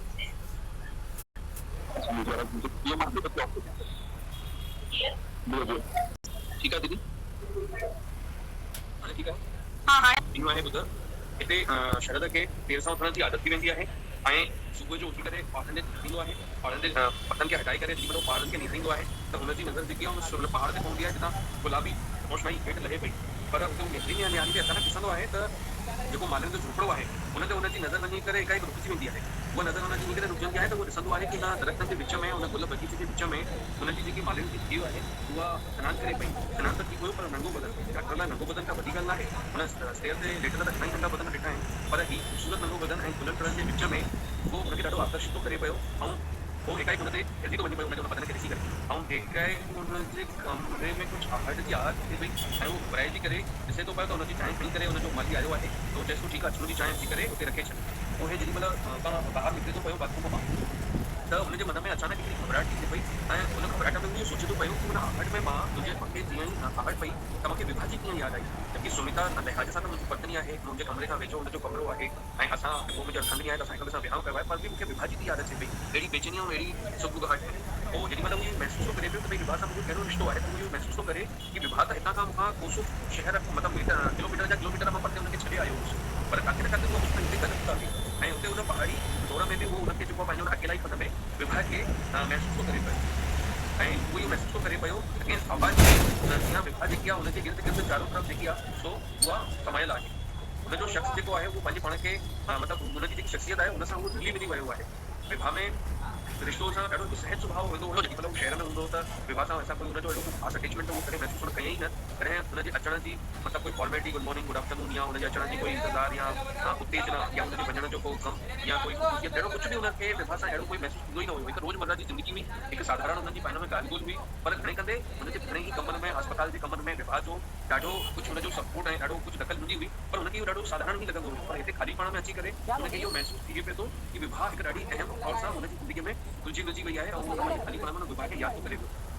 चांहि जिते रखण सबबु जीअं ई माली ॾिसो पियो त उहो हुन खां पुछे थो पियो कि माली छा थियो आहे, त उहो ॿुधाए थो पियो कि साईं उहो मंदर में वई आहे, त उहो अचानक चौकिजी थो वञे कि डॉक्टर ऐं मंदर जो कहिड़ो संबंध आहे, पर उहो वरी माली हुनखे ॿुधाए थो कि जेको पहाड़नि ते 200 साल पुराणो मंदरु आहे जिते मेलो अॼु जो ॾींहुं मेलो लॻंदो आहे, परियां परियां खां माण्हू ईंदा आहिनि ऐं जेके उहे मुराद घुरंदा आहिनि छा हुननि जी मुराद उते पूरी थी वेंदी आहे। त उहो चवंदो आहे ठीकु आहे, उहो पोइ हिन ॻाल्हि खे ॿुधो अणॿुधो करे करे पंहिंजे ॾींहं जो जेको ॿियो पहिर हूंदो आहे माना ॾींहं में उते हुनखे ख़बर पवंदी आहे त बॉटनिकल हिकिड़ो गार्डन आहे, त उहो उते वञण जी कोशिशि वेंदो आहे ऐं उते जेके कुझु हुनखे ॼाण हूंदी आहे त कैक्टस जा कुझु नमूना आहिनि, त उते हुन बाग में वञी करे जेॾी महिल ॾिसंदो आहे त किथे किथे जेके आहिनि दरख़्त आहिनि उहे आसमान छुअनि था पिया ऐं चारो तरफ़ कैक्टस जा वण लॻल आहिनि, पर उहो जेको बगीचो आहे उहो उजाड़ थी वियो आहे, हुनजी कोई रखरखाव ठीक सां थियो कोन्हे ऐं उते अहिड़ी कोई ख़ासि चहल पहल कोन्हे, बड़ी वीरानियत आहे, पर हुनखे उहा वीरानियत ऐं जेको मायूसीपन आहे उहो ॾाढो वणंदो आहे। उते ई हुन मायूसी में हुनखे सुरेंद्रदास जी आदत थी पई कि पंहिंजे घर में बि कैक्टस जा वण लॻाया हुआ, कैक्टस जे प्रति हुनजो जेको प्रेम हुयो हुन सां हुनजो घर ऐं बगीचो बिल्कुलु ॼण चौधारी हिक तरफ़ा थी वियो हो, पर हुनखे बि किथे किथे डॉक्टर शरद खे बि कैक्टस जे वणनि सां प्यार थी वियो, पर हुनखे यादि अचे थो कि कैक्टस जे वण सां जेको तुंहिंजो प्यार आहे ऐं विभा जो प्यार आहे त विभा हुनखे वधीक चाहिण लॻी हुई कैक्टस जा, मतिलबु उहो मन में पंहिंजो अहसासु करे थो कि कैक्टस सां जेको मां प्यार कयां थो ऐं जेको विभा करे थो उहो शायदि किथे न किथे वधीक आहे। उन कैक्टस जे जेके पढ़ियल उन्हनि गार्डननि में जेको घर आहे उते सौमित्रता उनखे यादि थो अचे पियो त सौमित्रता जेको डॉक्टर हुयो उनजो हिकिड़ो अहिड़ो किरदारु हुयो त उहो जॾहिं बि नर्सिंग होम में ईंदो हो त उहो एॾो हिली मिली रुली वेंदो हो माण्हुनि सां ऐं एॾो पंहिंजो प्रभाव छॾे ॾींदो हो ऐं ॾाढो प्रभावित व्यक्तित्व हूंदो हो पर उन सौमित्रता जे अंदर बि हिकिड़ो माण्हू हूंदो हो जेको केॾी महिल हुनजे मूड में अची वेंदो हो झुलसाइजी वेंदो हो त उहो सौमित्रता अची करे हुन सां ॻाल्हाइण लॻंदो हो त उहो चवंदो हो सौमित्रता खे कि डॉक्टर शरद यार तुंहिंजो प्रभाव त सॼे मुंहिंजे हॉस्पिटल जे हिक माण्हूअ ते आहे पर शायदि तुंहिंजे मंदा कीअं त नाहे सौमित्रता कॾहिं कॾहिं पंहिंजे मूड में हुनखे अची करे इहो ॿुधाईंदो हुउसि त हा डॉक्टर इहा ॻाल्हि बि सही आहे पर हिन में ग़लती किथे न किथे मुंहिंजी ई आहे कि मां हुन मंदाकिनी ते पंहिंजो प्रभाव न विझी सघियुमि छाकाणि त मंदाकिनी ॾाढे शाहूकार परिवार जी छोकिरी हुई ऐं कॉलेज जे समय में ॾाढी प्रतिभावान हुई ॿ टे नाटक बि हुन कया नृत्य वग़ैरह में हुनजो ॾाढो सुठो परफॉर्मेंस हूंदो हुयो पर किथे न किथे मां हुनखे हुनजे हुन काफ़ियत खे हटाए न सघियुसि ऐं हुनखे मां समय न ॾेई सघियुसि ऐं पंहिंजे मरीज़नि में पंहिंजे हॉस्पिटलनि में ई मां पंहिंजो खोइजी वियुसि ऐं पंहिंजी मां जीवन संगीअ सां इहो सही न निभाए सघियुसि मरीज़नि में मशगूल थी करे मां पंहिंजी मंदाकिनीअ खे सही समय न ॾिनो पर इंसान जे अंदर जेॾी महिल जवाबदारी हूंदियूं आहिनि त उहो पंहिंजी हक़ीक़ी ज़िंदगी छॾे करे हुनजी जवाबदारी पर ज़िंदगी जीअण लॻंदो आहे मंदाकिनी जेको आहे उहो मंदाकिनी जो हुनजो जेको जीवन हुयो उहो पाण ख़ासि करे न ॾेई पायो पर हुनजो मंदाकिनी जी चिंता न आहे छो जो मंदाकिनी पर जेके उहा ॾाढी सीधी सादी आहे ऐं उहो ॾाढी अकेलो पंहिंजे पाण खे महसूसु थी करे पई ऐं हुनखे चिंता आहे त हुनजे वञण खां पोइ उहा जेकी हुनजी धीउ आहे विभा उहा किथे न किथे पंहिंजे अकेले छोकिरी सां गॾु हिन दुनिया में अची सघंदी छा त जेको डॉक्टर आहे उहो ॾिसंदो आहे त मां सालनि साल हिन विभा सां गॾु रहियो आहियां ऐं हाणे हुते वरी वापसि किरदार में पंहिंजे उहो ख़्यालनि में अची वञे हुन गार्डन में छो त उहो करे थो पियो हुनखे इहे जेको डॉक्टर आहे सौमित्रता हुनजी ज़ाल हुनजो जीवन जेके रहस्य उहो हुनखे हुन ख़ाली मैदान में यादि था अचनि वरी उहो यादि थो करे पियो त मां यार सालनि जे साल विभा सां गॾु रहियो आहियां ऐं घणियूं अहिड़ियूं ॻाल्हियूं असां जूं हिक ॿिए खे ॿुधाए करे बि थी वेंदियूं आहिनि मतिलबु उहो हाणे विभा सां जेको हुनजो अटैचमेंट आहे उहो इन क़दुरु महसूसु थो करे जेॾी महिल विभा हुन सां गॾु रहंदी हुई त बिना ॻाल्हाए ॿुधाए बि विभा सां हुनजी ॻाल्हियूं थी वेंदियूं हुयूं हाणे कहिड़े क़दुरु हुनखे ईअं लॻे थो पियो कि उहा विभा कहिड़े तत्व जी ठहियल आहे जंहिंखे मां अॼु ॾींहुं छुई न सघियुसि हाणे हिन में छुअण जा हुनजा कहिड़ा जुज़ा आहिनि इहे तव्हां सभु असां जेको पहिरियां हुन शब्द जो किरदारु पढ़िया आहियूं त हुन में गहराई सां वञी सम्झी सघूं था त उहो सोचे थो पियो कि यार उहो कहिड़े तत्व जी ठहियल आहे जेको मां हुनखे छुई न सघियो आहियां पर जेकी विभा आहे हिन वायुमंडल जो को हिसो बणिजी करे उहो मूंखे ॾाढो क़दुरु छुई चुकी आहे पर कॾहिं मूंसां तमामु वेझो ईंदी आहे ऐं सफ़ा मतिलबु जेको आहे बिल्कुलु ऑपरेशन कंदे बि असां हिक ॿिए जे नज़दीक एॾो क़दुरु अची चुकिया आहियूं पर असांखे इन कॾहिं कोई विभा मां कोई अहिड़ी ख़ासि जेकी अटैचमेंट आहे उहा लॻी कोन्हे कई बार विभाऊं असां हुन ख़ाली जेको जो ख़ाली समय में शाम में समय में छा थींदो हे वञी करे कंहिं तालाब जे किनारे में वेहंदा हुआ दरख़्त ते उहा हुनजी ॾाढी फेवरेट जॻह हूंदी हुई जिते उहा वेह रहंदी हुई पर हिकिड़े ॾींहुं हुन महसूसु कयो पाण में के वेठा हुआ कि सौमित्रता जे वञण खां पोइ इहा छोकिरी जेके सदाईं चहकंदी बहकंदी रहंदी हुई जंहिंजे वटि ॾाढी दुनिया जूं ॻाल्हियूं हूंदियूं हुयूं पर हाणे हुनजे पीउ जे वञण खां पोइ हुन वटि दुनिया जी ॻाल्हियूं न रहियूं आहिनि ऐं सिर्फ़ु हुनखे पंहिंजी अकेले जी ॻाल्हियूं ऐं पंहिंजी निजी ॻाल्हियूं रहिजी वियूं आहिनि हाणे इहा चुप छोकिरी चुप रहंदी आहे ऐं हिन जे अंदरि ॾाढा सारा तूफ़ान समाइजी विया आहिनि हाणे उन ॻाल्हियुनि खां कंदे कंदे उहो हिक ॿिए खे हिमथाइण खां पोइ हुनखे ईअं लॻंदो आहे त घणो ई समय थी वियो आहे ऐं विभा हुनखे चवंदी आहे दादा वञण जो समय थी रहियो आहे ऐं वञण जो वक़्तु करण जे करे उहो पंहिंजो सुबुगाहट महसूसु कंदा आहिनि ऐं उतां मोकिलण जी पर जेको शरद हूंदो आहे उनखे विभा जे अंदरु उहो अकेलाईपन निहारण जी अहिड़ी रहंदी आहे कि उहो मोकिलण जी कोन कंदो आहे ऐं विदाईअ जा लफ़्ज़ हिक ॿिए खे न चया आहिनि ऐं जेको शरद आहे उहो ईअं महसूसु करे थो पियो कि न उजाड़ गार्डन में जेके टुटल मूर्तियूं पथर आहिनि किथे न किथे असां बि हिक ॿिए ईअं पथर ठही करे उते समाइजी वञूं ऐं उते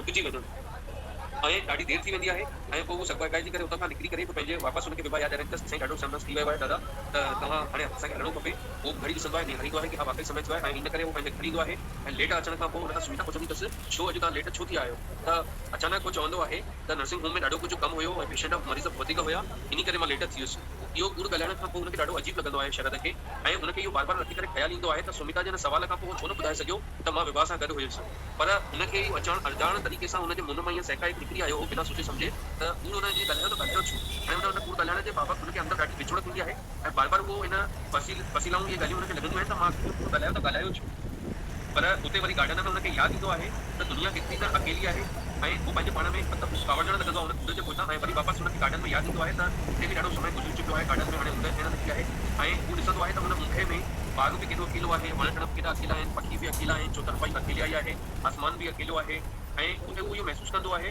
त सुमिता सां मुंहिंजे जीवन जा 25 साल थी रहिया आहिनि पर हिन 25 सालनि में असां हिक ॿिए खे न सुञाणे सघिया आहियूं उहा बि अकेली आहे ऐं मां बि हिन जीवन में पंहिंजो अकेलो रहियो आहियां ऐं हिक ॿिए सां असां अञा बि अनजान आहियूं 25 साले खां पोइ हाणे हिते जेको हुन गार्डन में उहो दरख़्तनि खे ॾिसी करे ऐं उन्हनि अकेलनि मतिलबु उन्हनि ख़्यालनि में पशु पखियुनि खे ॾिसी करे हुनखे उहो यादि अचे थो पियो कि विभा अकेली आहे, मां अकेलो आहियां, सुमित्रा अकेली आहे ऐं 25 साल विया खां पोइ असां हिक ॿिए खे अञा सुञाणे न सघिया आहियूं। हिते शरद जो उते ठहिराउ थो थी वञे गार्डन जो। हाणे वरी उतां जो किरदारु ॿियो सुमित्रा जो स्टार्ट थो थी वञे पियो।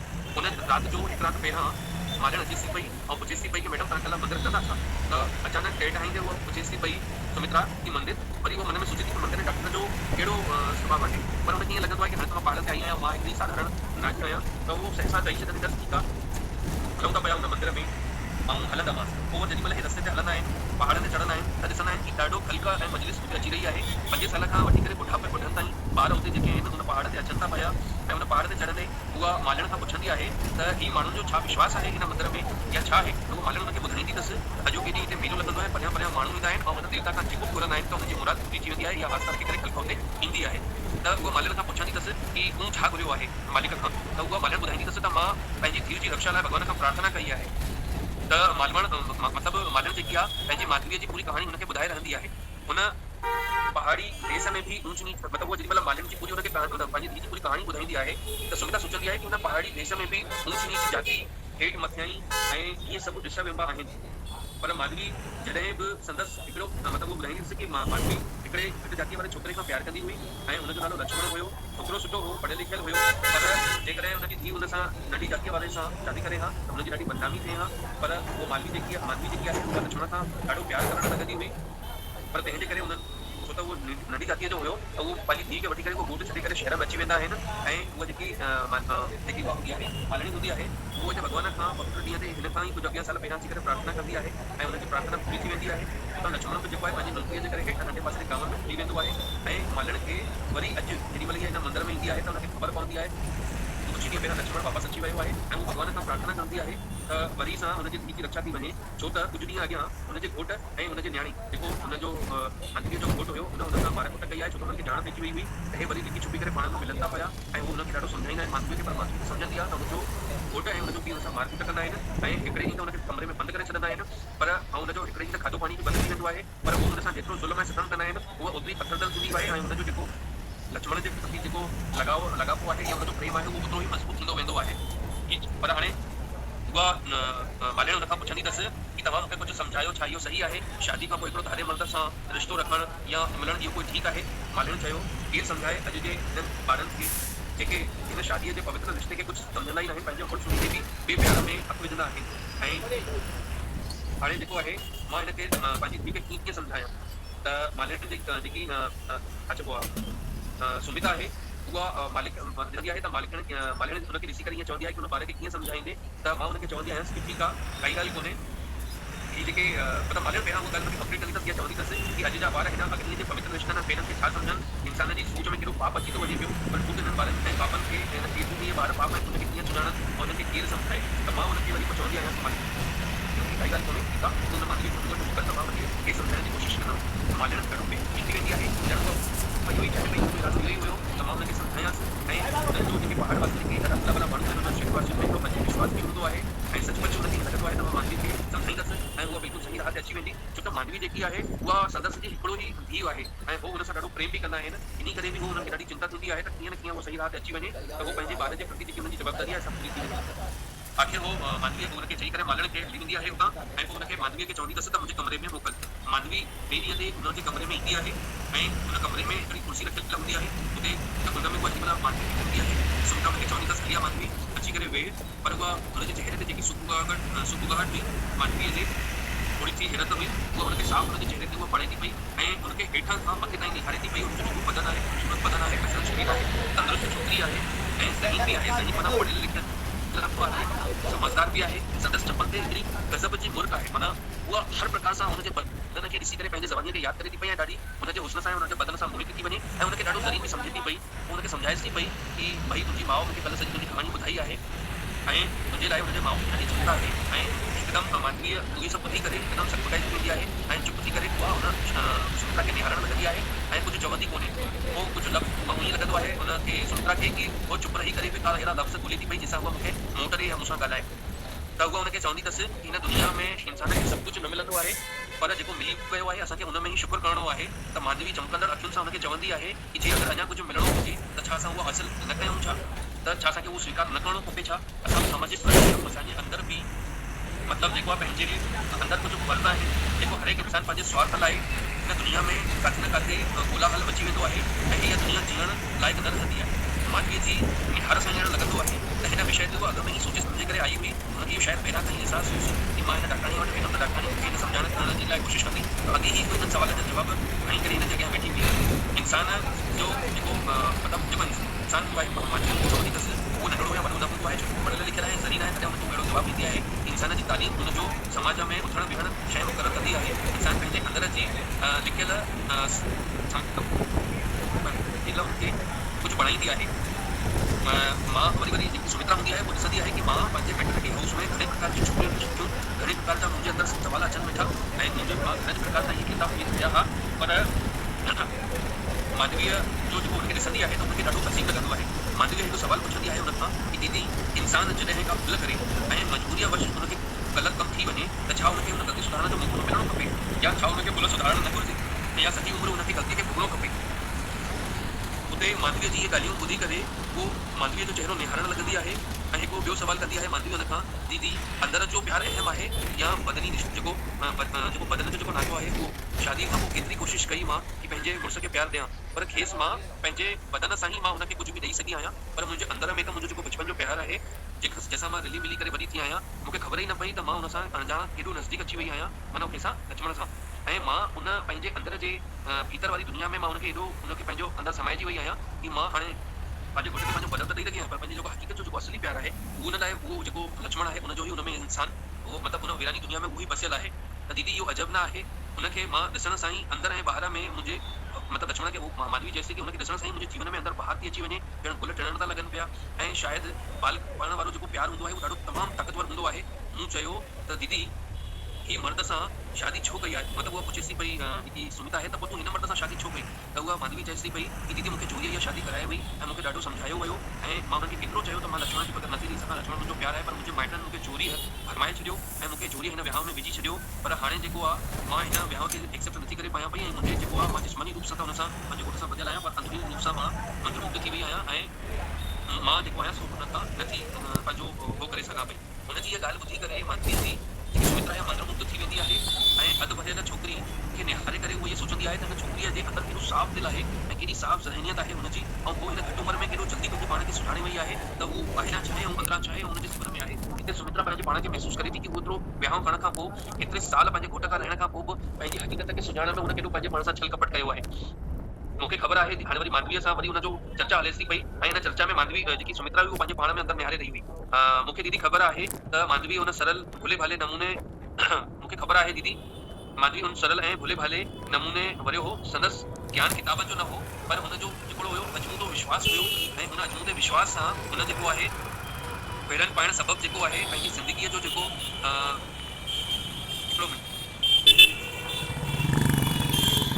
उहा इहा महसूसु करे रही आहे त हुन सतन फेरनि में पंहिंजे जीवन खे तमामु घणो भोॻियो आहे ऐं व्यर्थ विञाए छॾियो आहे ऐं पंहिंजो हुन जेको जीवन आहे हुन केतिरो हिन समय लाइ भोॻियो आहे, पर हिन जो नतीजो कुझु कंहिं बि नतीजे ते नथी पहुची सघे। दिलि छाती चवे पई, दिलि छाती सम्झे पई, अञा ताईं उहो न्याउ न करे सघी आहे।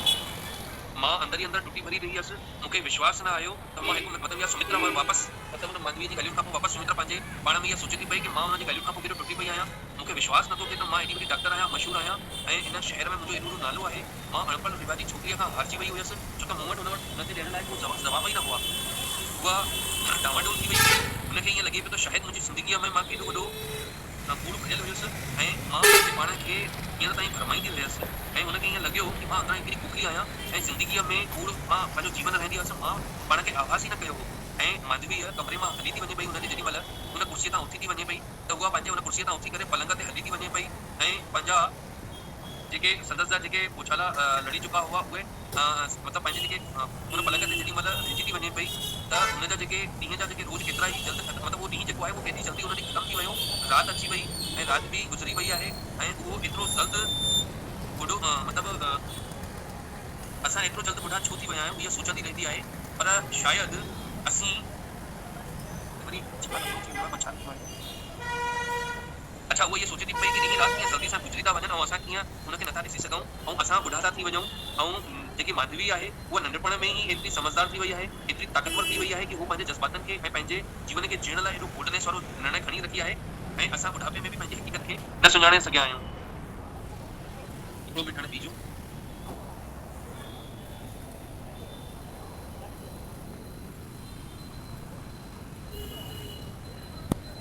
अच्छा हाँ हिते रवि हाँ हे वरी जेॾीमहिल हू पंहिंजे कमरे में पलंग ते अची लेटे थी पई त हुनखे हुनजे मतिलबु जेको जीवन जो गुज़रियल वक़्तु जेको हुन रवीअ सां गुज़ारियो हो त कीअं उहो रवीअ सां गॾु केतिरो करे हुन दुख पातो हो ऐं कीअं महीने जा महीना हो रवीअ लाइ रुनी हुई ऐं रवीअ जा जेके दरवाज़ा बंदि करे जेके राधा लाइ उहो ख़त लिखंदो हुयो त उहो केतिरो हुन लाइ बेचैन थी वेंदी हुई। मां हाणे शॉर्ट में समराइज़ कयां थो पियो, शॉर्ट में समराइज़ कयां थो त हे रवीअ खे किथे न किथे उहो बि पंहिंजे जीवन में हुन अक्सर में हुन रवि खे समाए चुकी हुई। जेॾीमहिल रवि हुनखे मतिलबु जेॾीमहिल एंगेजमेंट थी वञे पई रवीअ जी त उहो पंहिंजे पाण खे ॾाढो बेचैन थी महसूसु करे छो त हुन हर हिकु वक़्त में रवीअ सां पंहिंजो हुन ख़ालीपन खे महसूसु करे रही हुई।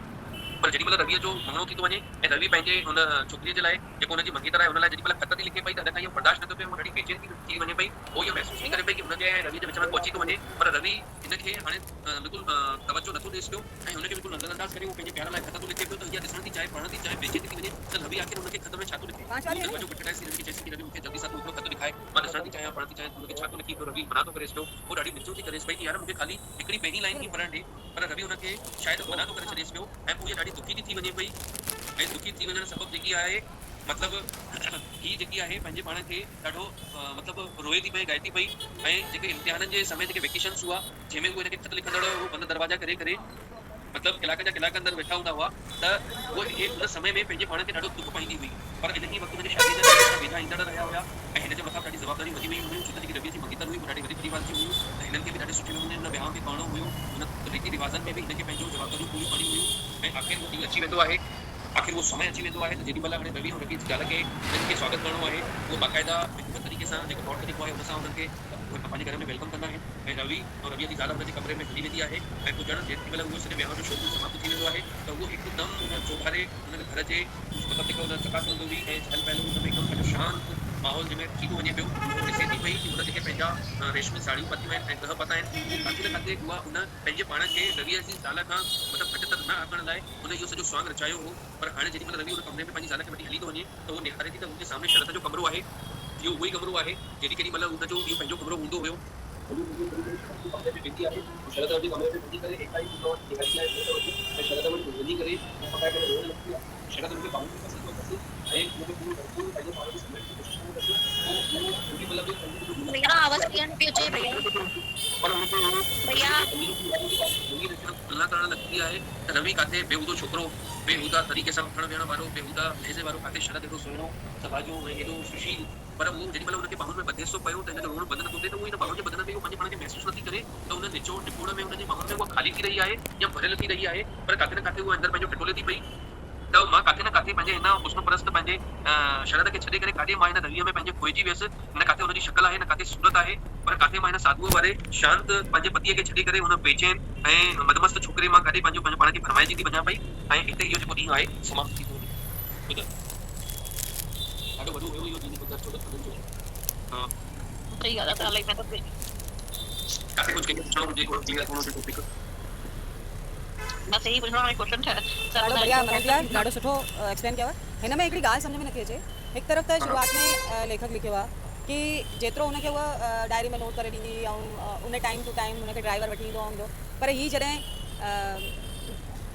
विभा सां गॾु हूंदो ऐं लेट ईंदो त हुनखे इहो पतो ई न हूंदो कि भई कूड़ बि ॻाल्हाए वियो हुन ॻाल्हि खे।